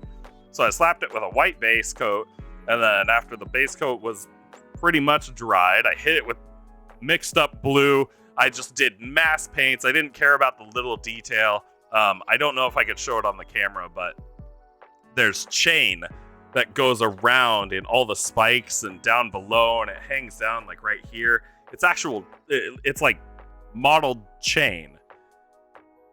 And I just painted over it all. I was like, fuck it. It's all going blue. Because I know that the majority of this miniature is going to be blue. So I'm painting it all blue. After that, then I'll do the smaller detail work on the stuff that actually needs it. And it's a fast way to print. It's not super clean, but it's a fast way to print. And it still comes out looking great for miniatures. If it were a larger piece that was like, this big, as big as my head, yeah, I'm probably going to take a little more time, and I'm going to pay attention to all the details a little bit more and just paint each piece one by one. Stuff like that. Big colors, and then focus on the smaller stuff to really flesh out the details. And I think that's where they, they've had a lot of their time go, is they don't do that. They're like, no, I can't paint the entire thing in, the color that's going to be covering the majority of it. I have to make sure I'm not painting over on any sections that aren't going to be that color. Yeah. It's fine. It just takes longer. It looks nice. I don't know if it would look nicer, but I think that comes down to how well somebody's able to actually go through and do all the finishing steps, like dry brushing afterwards. Yada yada blah blah blah. All that. So, gosh, what did we do today? We got Ergon figured out a little bit more. Let's see if I can get into his voice, if I'm able to snap into it or not. Because that's the biggest thing. And I always have to clear my throat, too, when I try to go do the deeper voices. So let's see if I can snap into it. Because if I can snap into it, then it'll be easier. If not, then I gotta make sure I know how to quickly prepare for it. So if I can keep talking, and then quickly snap into the... Not quite there. There it is. Okay. So I can't snap into it super easily. But can I go back and forth into it? Yeah, okay. There we go. That's what I want to do. I gotta remember, it's a bit in the stomach. It's a little bit up in the throat. It's kind of like a deeper scruffy. It's a deeper scruffy. That's what it is. Yeah. It's scruffy. Scruffy after he's been smoking even more. Deeper. Maybe not that deep. Yeah. Okay. Yeah. The janitor. Yeah. Scruffy the janitor. Yeah. Okay. That works. So I can do this pretty easily. That should work for, I'm also going to make a quick, parenthetical note here. Just saying Scruffy the janitor. Because every once in a while, I might look at my notes for a voice for a character, and I'll see, deep chain smoker voice. But it may not click in my head what it actually was, especially if I have to... Fuck. Especially if I have to go a longer amount of time without doing the voice, then I kind of forget what it was. But if I add in Scruffy the janitor, I know the voice, but now I need to speak with more authority and more intelligence. I can't be slurring my words. I need to speak clearly and project as I do so. Because I am a leader of a city. I need to hold my office with integrity, intelligence, lead the people. I can't go low, or I can't go louder. All right, I think I can do that though. I think that works. I think I can do that. Okay. Cool. So we got that down. We practiced the voices. We know what Ergon's going to talk to them about. Oh, cough. The character's dead now. Yep. I also need water. I was a little rushed getting ready today, and I didn't grab water. So maybe I should have a hydrate option. That's fine, though. So we did that. We did a little bit of... We got some names down. We did character stories stuff. We worked on Paycar. I'll condense notes and I'll make sure everything's fine. I'll cross it later. We figured out what encounters the party's going to be coming across each day along their trip to this temple. We got the stat blocks in, which is good.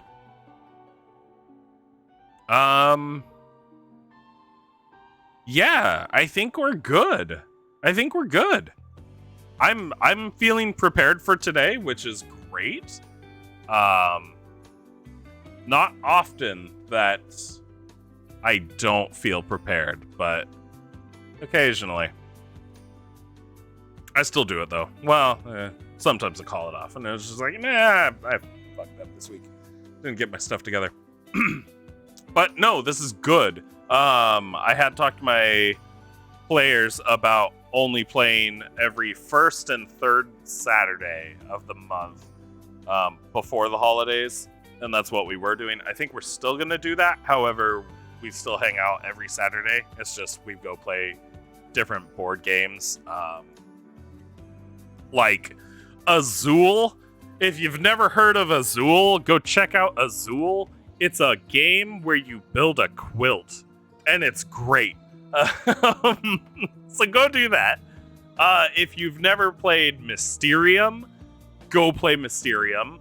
It's a group game where you're all working together to achieve a goal, but one of the players is a ghost and can only communicate through images, and it's amazing. It is a great game. I love Mysterium. What the hell else do we play? Small World. We play Small World. It is a fantastic board game. Kind of Risk-esque if you've never played it or never seen it. We also play like Talisman, although we haven't played Talisman in a long time. God, my friend has the Stardew Valley board game, which is really fun. Yeah, we do all sorts of shit. Play Cards Against Humanity. We play Monikers. Monikers is annoying. Yeah, lots of stuff. So we do lots of things. If they are ever interested in streaming what we do on our Saturdays, I might get something set up to do that. Maybe. We'll see. But also, there may come a time in the future, near or far, I have no idea because nobody's really talked about it seriously, but there may come a time in the near or far future where we are streaming our Sunday game now, I guess technically. You play Werewolf? Nice. But there may come a time in the future where we're streaming our Sunday game where I am a player. And you guys can see how I just sit there and I be quiet. No, I don't just sit there and I be quiet. I what I do is I try to give the other players a chance because I know I have that type of personality that can just completely take over. And we have other players in the group that are more soft-spoken and quiet. And I want to give them the opportunity to be able to say what they want to say, and I want to give them the opportunity to do what they want to do in the game. So I try to take a backseat to a lot of the stuff, and I'll often prompt them to be like, well, what do you want to do? And try to get them involved a bit more. Because I know how hard that can be. Werewolf is a good card game. It's fun. I'll have to check it out. Actually, we also play a lot of Dungeon Mayhem, which is a fantastic fantastic game. I love Dungeon Mayhem. Quick card games often are great. But anyway, I've spoken a whole lot. Maybe next time, maybe on like Monday, I'll show off some of the tools that I have. Some of the tools that I use at our table, as well as my bag. My bag, because I have an expensive bag for all my D&D stuff. Expensive. I think it was like $60 or $80. But it's been well worth it. But yeah, maybe we'll talk about that stuff on Monday. We'll see who's here, all that stuff. If I can figure out something, if I can get like a poll going somehow, maybe I'll see what day folks want to do. You'd pay me to make you a mini? We'll talk about it, Plague Boy. We'll talk about it. Because more often than not, like, I'm not in the business of making and selling minis. But if you find an STL, and you can send it my way, more often than not, I have nothing against printing off a mini real quick for somebody. So yeah, there's that. I'm not putting that out there for everybody. I'm not a goddamn production shop. But occasionally, I will print a mini for free for somebody. But that said, yeah, we'll see what we're talking about on Monday. We'll probably talk about tonight's game a bit. Print your minis. Yeah, we'll probably talk about tonight's game on Monday, as well as backstory on stuff. Do the same thing that we did today. We might go over the XP that my players have earned. Actually, that would be a good thing. I can digitize my XP chart. That way it's actually in my OneNote, and I can keep track of it better. Yeah. And then at some point, I'll have to set up a poll or something to figure out when people would want to do World Box Tournament. And if it's only going to be a once a week thing, I might bump, just to be fair, I might bump up the point cost on the God Power. I'd hate for somebody to go in with 6,000 points and just God Power all over the place. But then again, I mean, if that's what they want to do, I certainly wouldn't stop them. God, that would just be like, oh yeah, I'm gonna meteor every single. Seeing as you earned 3,000 today, do it. Well, let's see, 3,000 divided by 200. No, 30 divided by 2 is 15. So you'd be able to use 15 God Powers on a grid of 10 by 10. You'd still only be able to meteor 15% of the map, and we've seen stuff rebound from that. Although I guess if you're not counting the water, maybe that's a little bit more. 15 volcanoes. All right, yeah, that's fair. We can't rebound from volcanoes. But yeah, awesome, cool. I keep talking and I shouldn't be. So, thank you guys for sticking around so much. I appreciate it more than you could ever imagine. and that's speaking from the bottom of my heart. AoE is important. Yes, it is. Hopefully I catch you guys around next time. Scythero and Playboy, I guess you guys are part of that Discord, so I'll probably just talk to you guys there. Otherwise, yeah. Always happy to be here. I'm glad to hear that, Plague Boy. Yeah. Otherwise, I will probably see you guys tomorrow. I'm pretty sure I'm streaming tomorrow. Tomorrow might be the last Sunday that I stream, just because schedule changing. But that also means I'll probably take less time off during the week, since Sundays will be a free day for me.